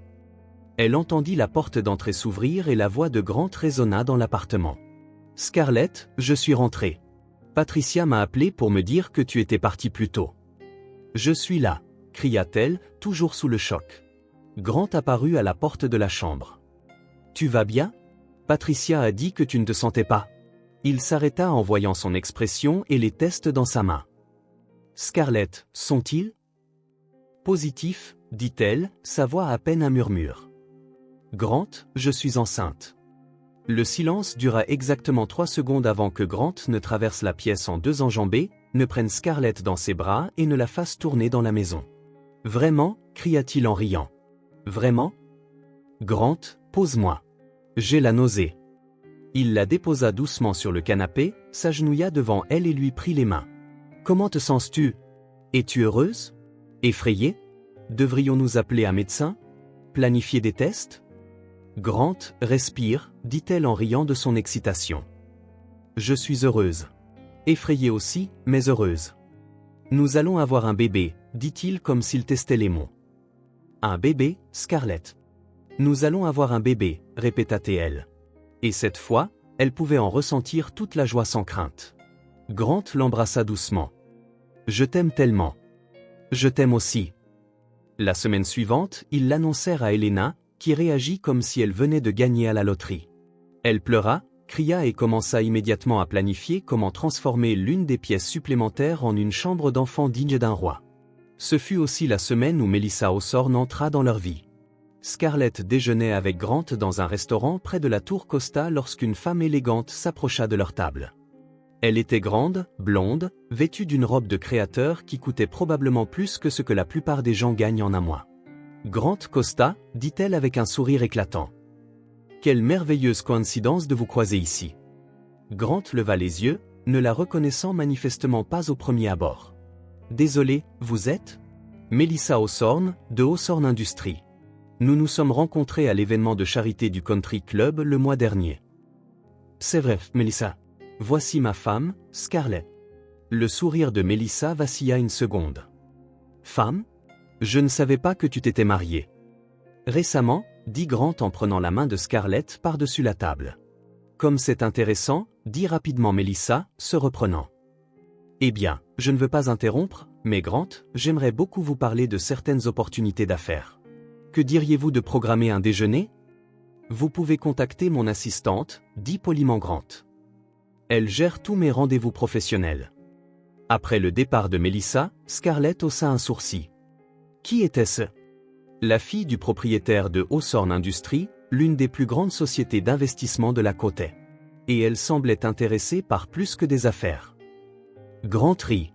Scarlett, es-tu jalouse? Peut-être un tout petit peu. Eh bien, ne le sois pas. Je n'ai Dieu que pour ma femme enceinte. 3 jours plus tard, Melissa se présenta au bureau de Grant sans prévenir, passant devant la réceptionniste comme si elle était chez elle.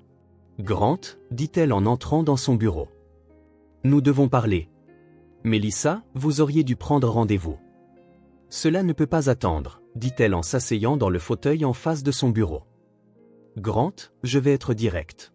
Nos entreprises ensemble seraient une force imbattable sur le marché.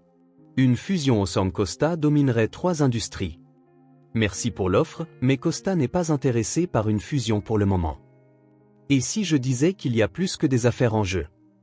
Elle se pencha. Grant, nous savons tous les deux que les mariages stratégiques sont courants dans notre monde. Vous et moi ensemble serions? Melissa interrompit fermement Grant. Je suis marié. Heureusement marié. À qui? Cette fille du restaurant? Melissa rit avec dédain. Grant, sois réaliste. Tu as besoin d'une femme qui comprend ton monde, qui peut compléter tes affaires. Quelqu'un de ton niveau social. Quelqu'un comme vous.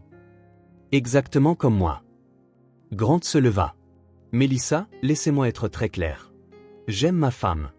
Je ne suis pas intéressé par les fusions, les partenariats, ou tout autre arrangement vous impliquant. Et si vous ne pouvez pas accepter un non comme réponse, nous devrons peut-être reconsidérer tout lien professionnel entre nos entreprises.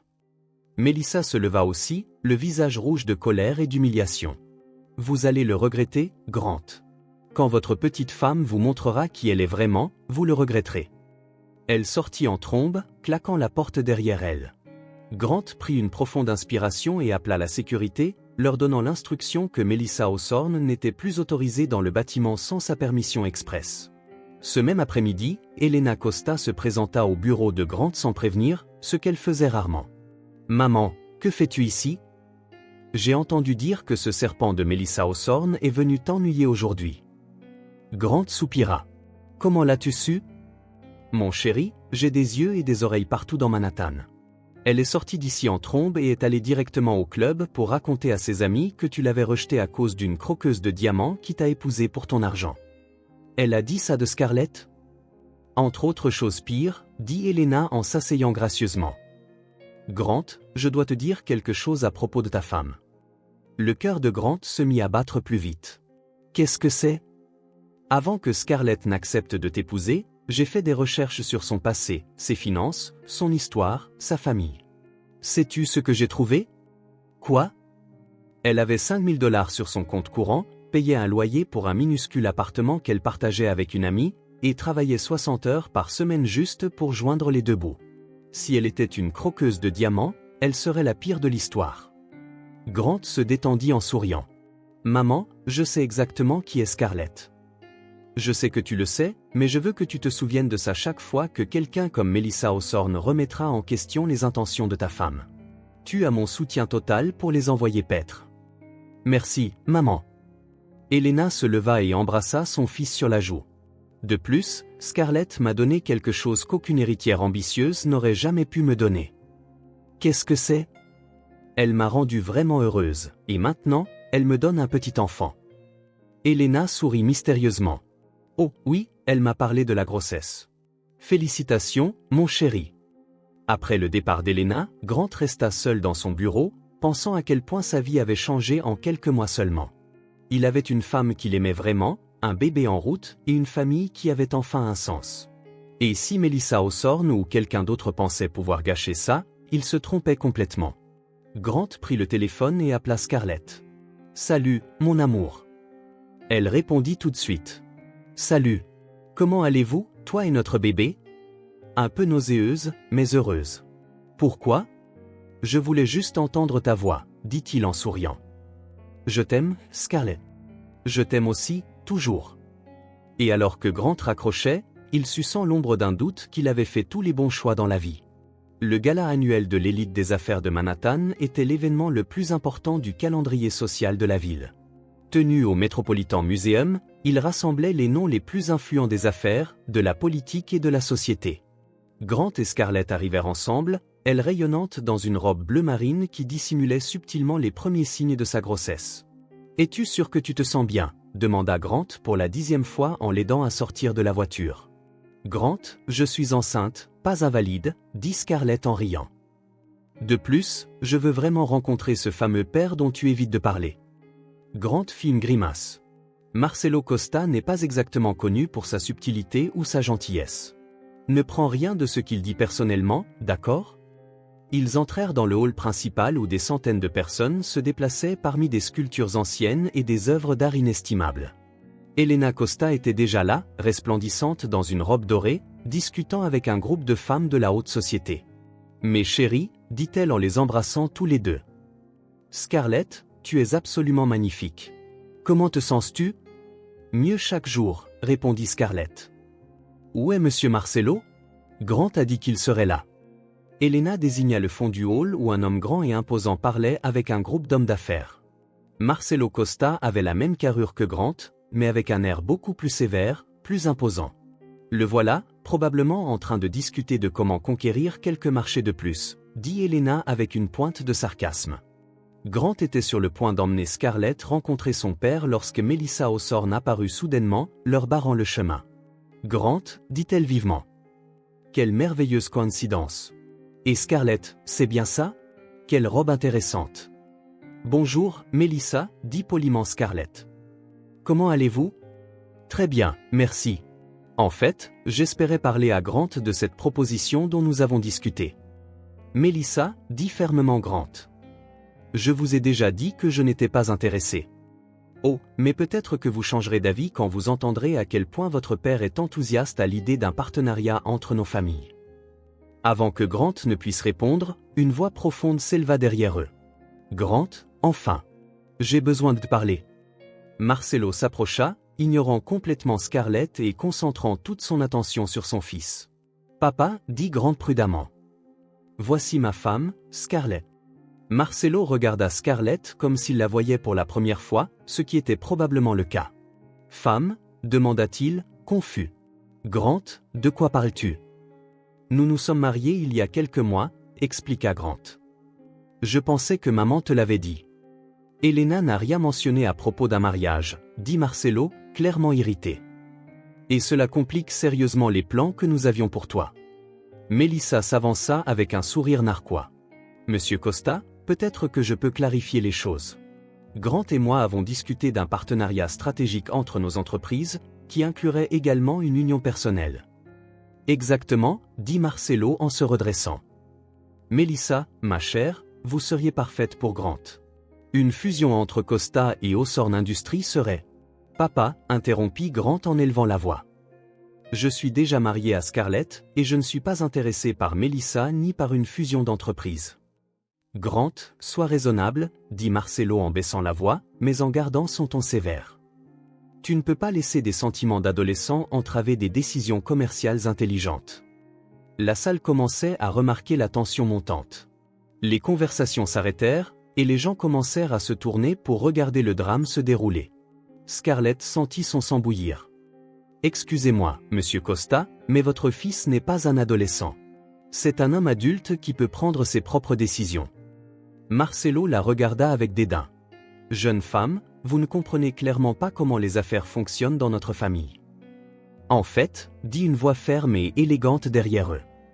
Celui qui ne comprend pas comment les affaires fonctionnent dans notre famille, c'est vous, Marcelo. Elena Costa s'avança d'un pas assuré, arborant une expression que Grant reconnut comme extrêmement dangereuse.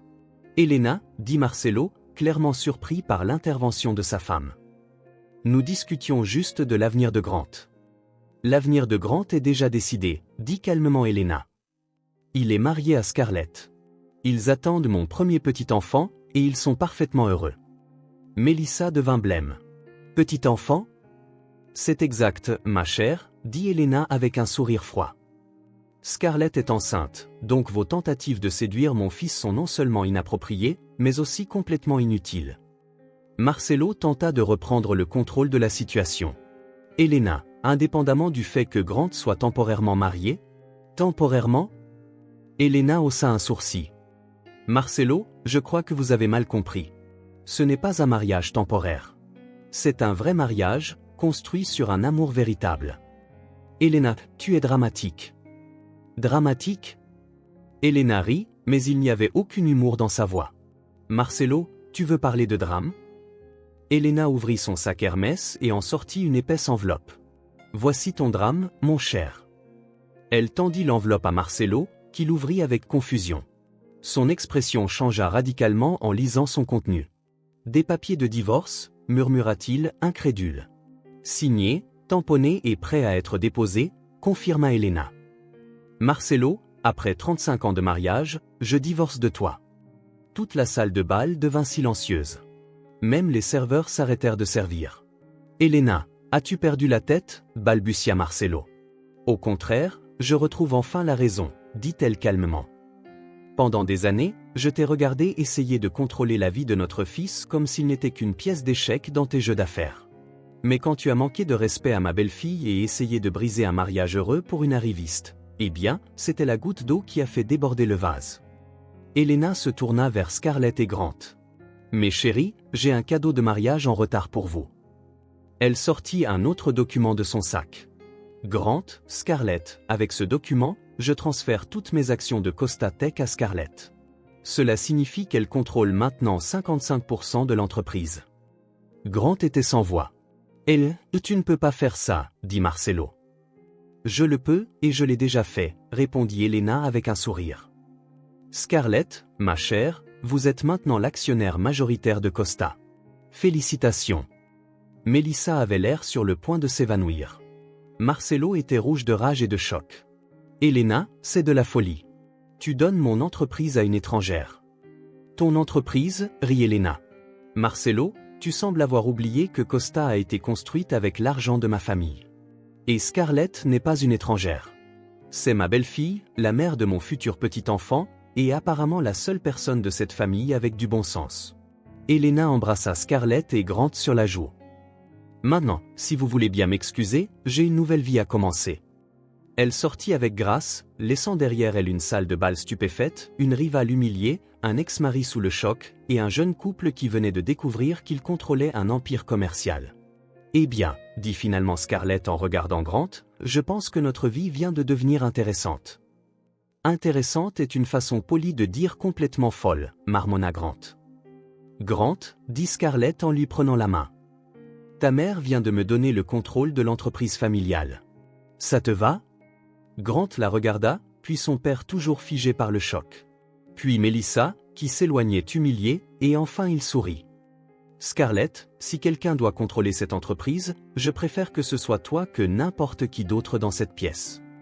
Et alors qu'ils sortaient du gala ensemble, Scarlett pensa qu'Helena Costa était définitivement la belle-mère la plus spectaculaire que l'on puisse avoir. Le lundi suivant le gala qui a tout changé, Scarlett arriva à la Tour Costa à 8 h du matin. En tant que nouvelle actionnaire majoritaire de l'entreprise, elle avait un emploi du temps chargé, réunions avec les directeurs, examen de contrats, et une tâche particulière qu'elle repoussait depuis des semaines. Patricia l'accueillit dans le bureau du 40e étage, qui était maintenant officiellement le sien, avec une pile de documents et une expression anxieuse. « Présidente Costa », dit-elle, s'habituant encore au nouveau titre. « Tous les départements attendent vos directives. Et, eh bien, il y a quelqu'un qui attend de vous parler depuis 1 heure. Malfada Winters. Elle a dit que c'était urgent et qu'elle devait s'expliquer. » Scarlett laissa échapper un soupir. Depuis que la nouvelle de son nouveau poste s'était répandue dans l'entreprise, elle savait que ce moment viendrait. Malfada était probablement désespérée maintenant, essayant de se sauver avant que Scarlett ne prenne des décisions sur son avenir. « Faites-la entrer. » 5 minutes plus tard, Malfada entra dans le bureau avec un regard qui se situait entre la nervosité et la tentative de conserver un dernier reste de dignité. Elle portait son meilleur tailleur et tenait un dossier en cuir comme si elle se rendait à un entretien d'embauche. Scarlett, commença Malfada en forçant un sourire. Ou plutôt, présidente Costa, félicitations pour la promotion. Très bien méritée. Merci, Malfada, dit calmement Scarlett en lui désignant la chaise en face de son bureau. Veuillez vous asseoir. Malfada se racla la gorge nerveusement. Scarlett, je suis venu ici pour éclaircir quelques malentendus du passé. Je sais qu'il y a eu des tensions, mais j'espère que nous pourrons aller de l'avant et travailler ensemble de manière productive. Scarlett l'étudia un instant. Il y avait tant de peur dans les yeux de Malfada. Elle avait presque pitié d'elle. Des malentendus, répéta-t-elle lentement. Est-ce ainsi que vous appelez le sabotage délibéré, les faux documents et les tentatives de ruiner ma réputation professionnelle? Malfada devint blême. Scarlett, Oui, il y a eu quelques conflits, mais... Malfada, interrompit doucement Scarlett. Pensez-vous vraiment que je ne sais pas que vous m'avez donné de fausses informations avant cette réunion, que vous espériez que je sois licencié pour que vous puissiez prendre ma place? Malfada fit une dernière tentative. Scarlett, c'est de la paranoïa. Je ne ferai jamais? Malfada, j'ai des emails. J'ai des relevés téléphoniques. J'ai des témoins, dit Scarlett en ouvrant un dossier sur son bureau. Vous n'avez pas été exactement discrète lorsque vous vous êtes associée à Marc pour me saper.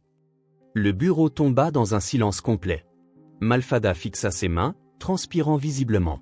Scarlett continua donc, arrêtons de prétendre que tout cela n'était qu'un malentendu et faisons face à la réalité de la situation. À ce moment, Grant entra dans le bureau. Désolé d'interrompre, mais Patricia a dit qu'il était important que je sois là. Ça l'est, dit Scarlett en souriant à son mari. Grant, tu te souviens de Malfada, n'est-ce pas? Bien sûr, dit Grant en s'asseyant à côté de Scarlett. C'est elle qui est responsable des faux documents à la réunion. Malfada essaya de se défendre. Monsieur Costa, il y a eu un malentendu? Malfada, dit froidement Grant. Passons la partie où vous essayez d'expliquer l'inexplicable. Scarlett, quelle est ta décision? Scarlett prit une profonde inspiration. Elle avait longuement réfléchi à ce moment. La partie vengeresse d'elle voulait humilier Malfada, détruire sa carrière, comme elle avait tenté de détruire la sienne. Mais la partie plus mature savait que cela ne ferait pas d'elle une meilleure personne. Malfada, dit-elle finalement, vous êtes licencié. Avec effet immédiat. Malfada se mit à pleurer en silence. Mais Scarlett continua, avant que vous ne pensiez que ce n'est que de la vengeance, je veux que vous sachiez que j'ai longuement réfléchi à cela. Malfada leva les yeux, les siens rouges. Que voulez-vous dire? Je veux dire que je comprends d'où viennent votre envie et votre ambition. Nous venons toutes les deux de milieux similaires. Nous nous sommes battus pour les mêmes opportunités.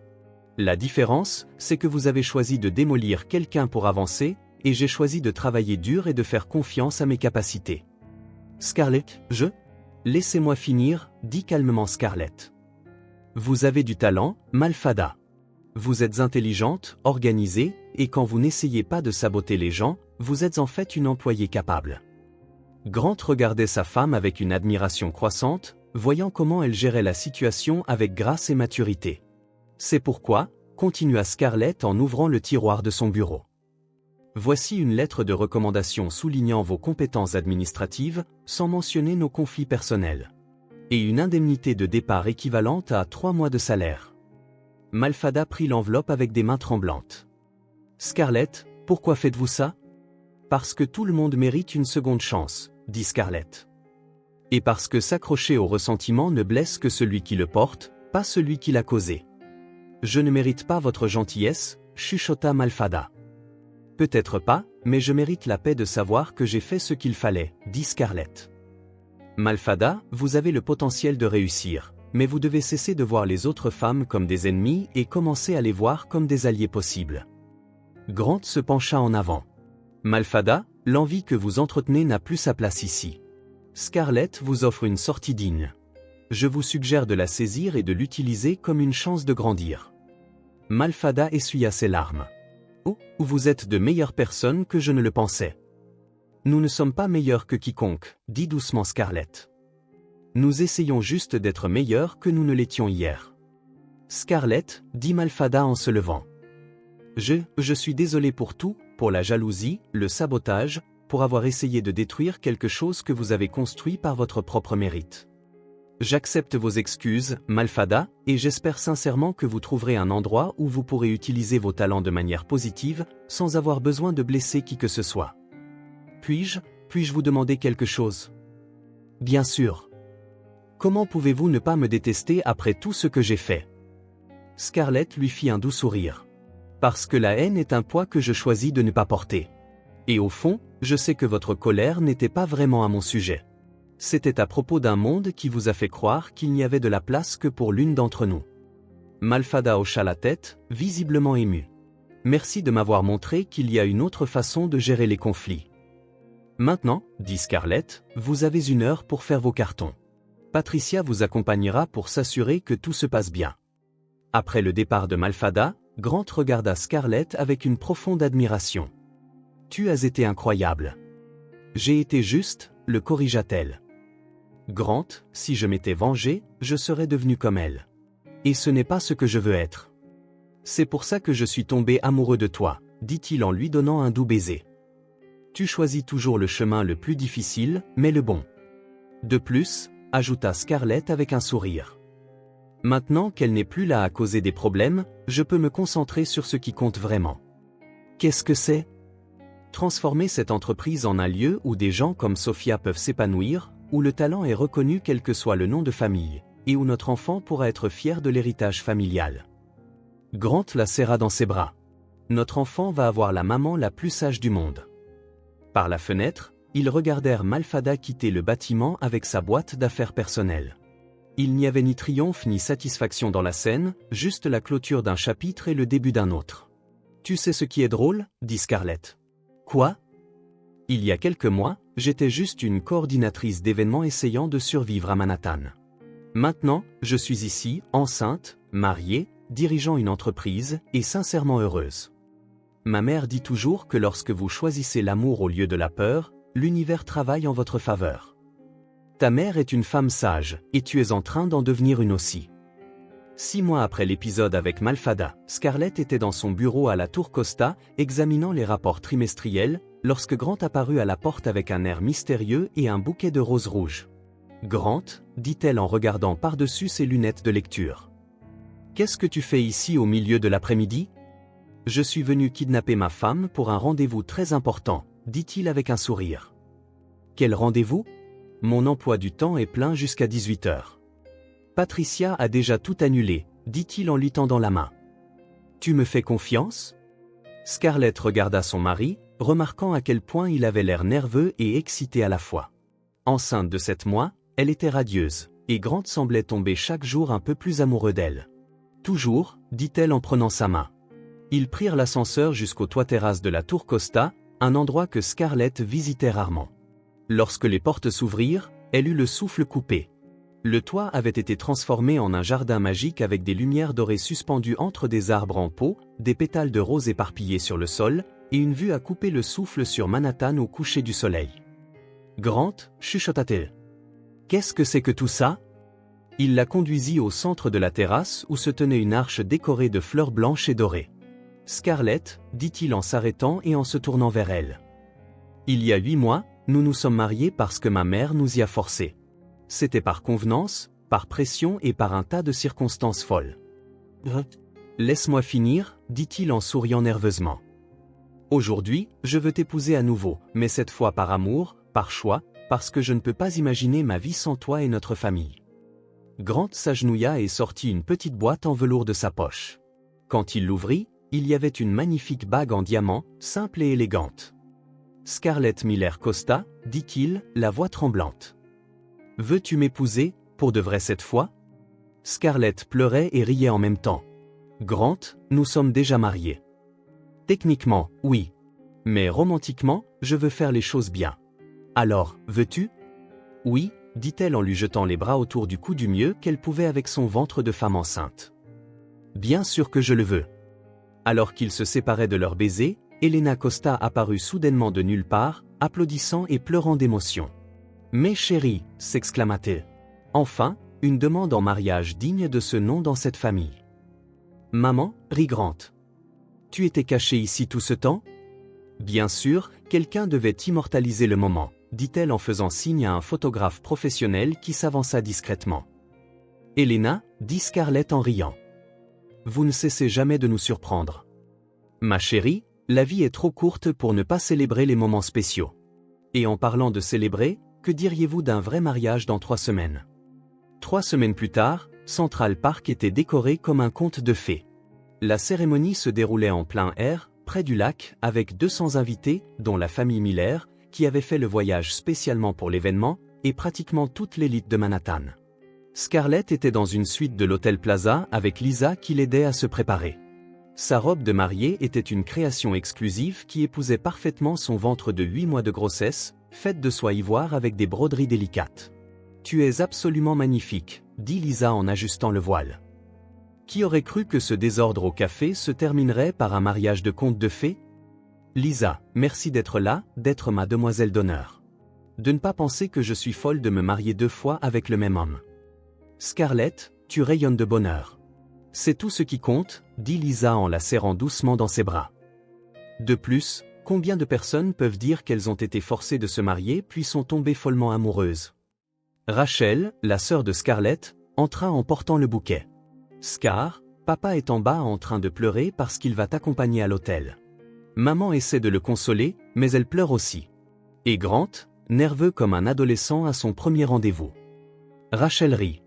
Helena essaie de le calmer, mais je pense qu'elle est plus nerveuse que lui. Une demi-heure plus tard, Scarlett descendait le tapis rouge vers l'hôtel au bras de Robert Miller. Grant attendait sous une arche de fleurs blanches et dorées, vêtu d'un smoking impeccable et d'un sourire qui illuminait tout son visage. Quand elle atteignit l'hôtel, Robert lui embrassa le front et murmura « Je suis fier de toi, ma chérie. » Très fier. Grant prit les mains de Scarlett. Et cette fois, lorsque l'officiant demanda s'ils se prenaient pour mari et femme, il n'y avait ni doute, ni menace, ni convenance. « Oui, je le veux », dirent-ils tous les deux, les larmes aux yeux et des sourires sincères sur leurs visages. Lorsqu'ils s'embrassèrent en tant que mari et femme pour la 2e fois, mais la première par véritable amour, toute l'assistance éclata en applaudissements. Helena Costa était au premier rang, pleurant ouvertement et chuchotant à Margaret Miller, « Mon plan a parfaitement fonctionné. Je savais qu'ils étaient faits l'un pour l'autre depuis le premier jour. » Madame Costa, rit Margaret. « Vous êtes une Cupidon très douée. Ma chère, appelez-moi Helena. Nous sommes de la même famille maintenant. » À la réception qui se tenait dans la salle de bal du Plaza, Grant et Scarlett partagèrent leur première danse en tant que couple véritablement amoureux. La chanson était At Last d'Etta James, et ils se déplaçaient lentement, prudemment à cause de la grossesse, mais complètement perdus dans les yeux l'un de l'autre. Madame Costa, murmura Grant à son oreille. Qu'est-ce que ça fait d'être officiellement ma femme? La même chose qu'avant, dit-elle en souriant. Sauf que maintenant j'ai une belle bague pour le prouver. Et dans quelques semaines, nous aurons un bébé pour compléter notre famille folle. Grant, es-tu heureux? Vraiment heureux, Scarlett. Il y a 8 mois, j'étais un bourreau de travail solitaire qui classait les livres par couleur. Aujourd'hui, je suis un homme marié à une femme incroyable, attendant notre premier enfant et partageant le contrôle d'une entreprise avec la personne la plus intelligente que je connaisse. Alors, oui, je suis plus qu'heureux. Je suis complet. Pendant le discours d'Helena, elle leva sa coupe de champagne. Scarlett buvait du jus de raisin, et dit, « Il y a quelques mois, mon fils Grant était un homme très sérieux qui avait besoin de quelqu'un pour secouer sa vie trop organisée. Scarlett était une femme déterminée qui avait besoin de quelqu'un qui la soutiendrait inconditionnellement. Parfois, le destin a besoin d'un petit coup de pouce. » Elle fit un clin d'œil. Mais à la fin, l'amour trouve toujours un chemin. Lisa fit son discours de demoiselle d'honneur. J'ai rencontré Scarlett il y a 5 ans, et je ne l'ai jamais vue aussi heureuse qu'elle ne l'a été ces derniers mois. Grant, tu as transformé ma meilleure amie en la version la plus radieuse d'elle-même. Et Scarlett, tu as transformé un PDG sérieux en un homme qui rit aux éclats et mange des pâtes avec les mains. Vous deux êtes la preuve que les meilleurs mariages commencent par les histoires les plus improbables. Quand la fête se termina, il était déjà tôt le matin. Scarlett et Grant montèrent dans la suite présidentielle de l'hôtel, épuisés mais rayonnants. « Grant », dit Scarlett en enlevant ses chaussures et en se laissant tomber sur le lit. « Notre bébé va naître dans un monde où ses parents se sont rencontrés parce que sa mère a crié sur son père en pensant qu'il était quelqu'un d'autre. C'est une sacrée histoire à raconter quand il sera grand. » Grant rit en desserrant sa cravate. « Tu penses qu'on sera de bons parents ?» Grant s'allongea à côté d'elle, posant sa main sur son ventre. « Scarlett, si nous avons pu transformer un mariage forcé en une véritable histoire d'amour, nous pouvons tout faire. » Cette nuit-là, alors que Manhattan scintillait en dessous, Scarlett et Grant s'endormirent dans les bras l'un de l'autre, sachant qu'ils avaient trouvé quelque chose de rare et de précieux. Un amour né du chaos, renforcé par l'adversité et épanoui par la compréhension mutuelle. Et quelque part dans la ville, Helena Costa souriait dans son appartement, satisfaite de savoir que parfois, juste parfois, s'immiscer dans la vie de ses enfants peut mener à quelque chose de merveilleux. Qu'avez-vous pensé de l'histoire de Scarlett et Grant? Partagez vos réflexions dans les commentaires. Sur une échelle de 0 à 10, comment noteriez-vous cette histoire? Abonnez-vous à la chaîne et cliquez sur la cloche pour ne manquer aucune de nos histoires. Et prenez un moment pour découvrir d'autres histoires touchantes en cliquant juste ici sur l'écran de fin.